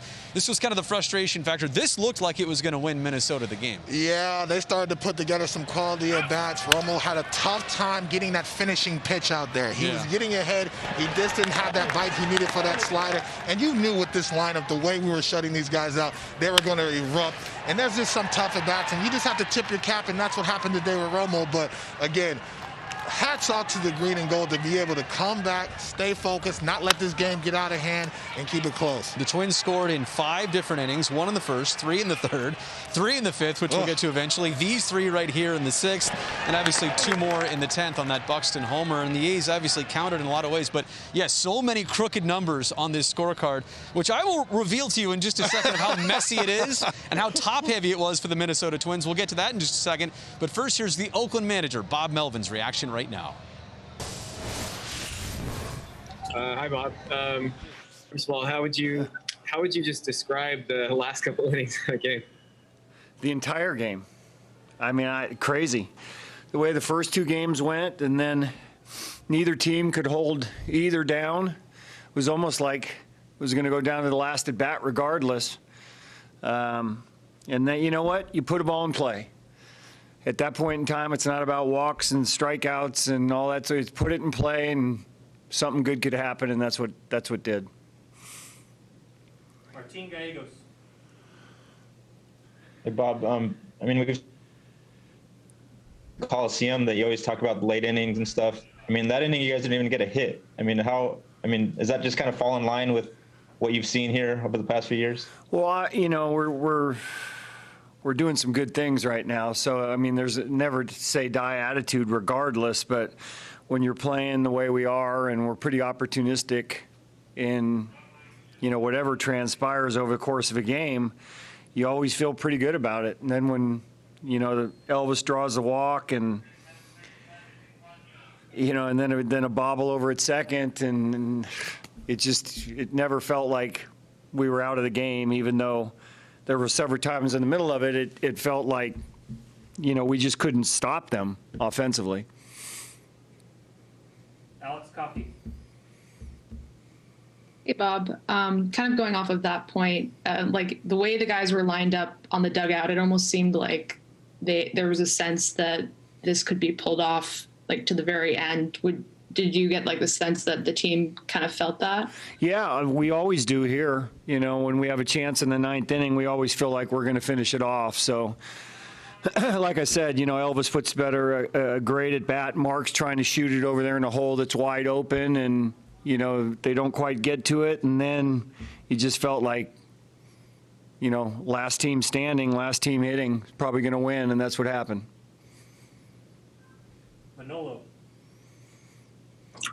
Hey, Bob, could you talk a little bit about the Seth Brown contribution to this game? He gets on 4 times, 2-run home run, and then he gets that key walk in the 10th. Yeah, I think, you know, he's finally doing at the big league level what he's always felt like he could. And it's probably the best opportunity he had. You know, a couple years ago, he did a nice job for us, and then it's been tough for him to get back here. And next thing you know, he's up here and, you know, swinging the bat with the way he's capable of doing, and, you know, getting the home runs out of the way and the whole bit.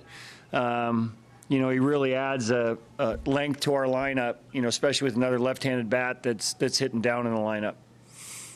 Could you talk about the fight in your team? All right, so belief is definitely inside the A's clubhouse. 11 wins in a row. That'll put you in a pretty good mood. By the way, great flight it's going to be to Baltimore. 11 wins in a row. They've taken 12 of the last 13. I just don't know that I've ever seen a game end where a team doesn't get a hit and walks it off with 2 errors, scoring 3 runs in the final inning. They made Colomé work, and that was the key, not giving away at bats, fouling off good pitches. That's frustrating on the mound, especially when you're executing your pitches, but it just had this aura. They kept coming from behind. They gave up the lead. They come from behind again. They give up a lead again. But I'll tell you what, that locker room is really resilient right now, and for them to be 1-7 in the start of the season and come back to this point, this is the ball club that can do something like they did today. We're going to say at the end of the game, the Twins might have handed Oakland some opportunities. Absolutely. But earlier in the game, it was the A's bats taking advantage of Twins pitching. Specifically, Kenta Maeda had some issues with Matt Olson in the 3rd inning. That's a 2-run blast, which was his 2nd of the game and 6th of the season. If it's fair, it's gone. As you said, he camera-welled him. Man, he squared him up. He knew that ball was gone. He's just locked in right now, always hitting the ball with power to all field. It's fun to watch. And then how about Seth Brown? Have yourself another day. We thought he played himself into today's lineup by what he did yesterday. I think he bought himself some more poker chips right here. Yeah, he Budweised him right there. That's all I like to say, man. He did a little half swing. He squared up the baseball. It doesn't take much to hit the ball out of the ballpark, but he's playing with enthusiasm, and he's taking advantage of the situation right now. All right, we have so much more still to come on our program. A couple more player interviews, more breakdowns, more on Matt Olson's 2-homer day. I mean, there's just so much to digest. Look at this scorecard. It's like a Picasso. So many different colors, so many different innings. The A's score 13 times and outdo Minnesota by 1. That's now 11 consecutive wins.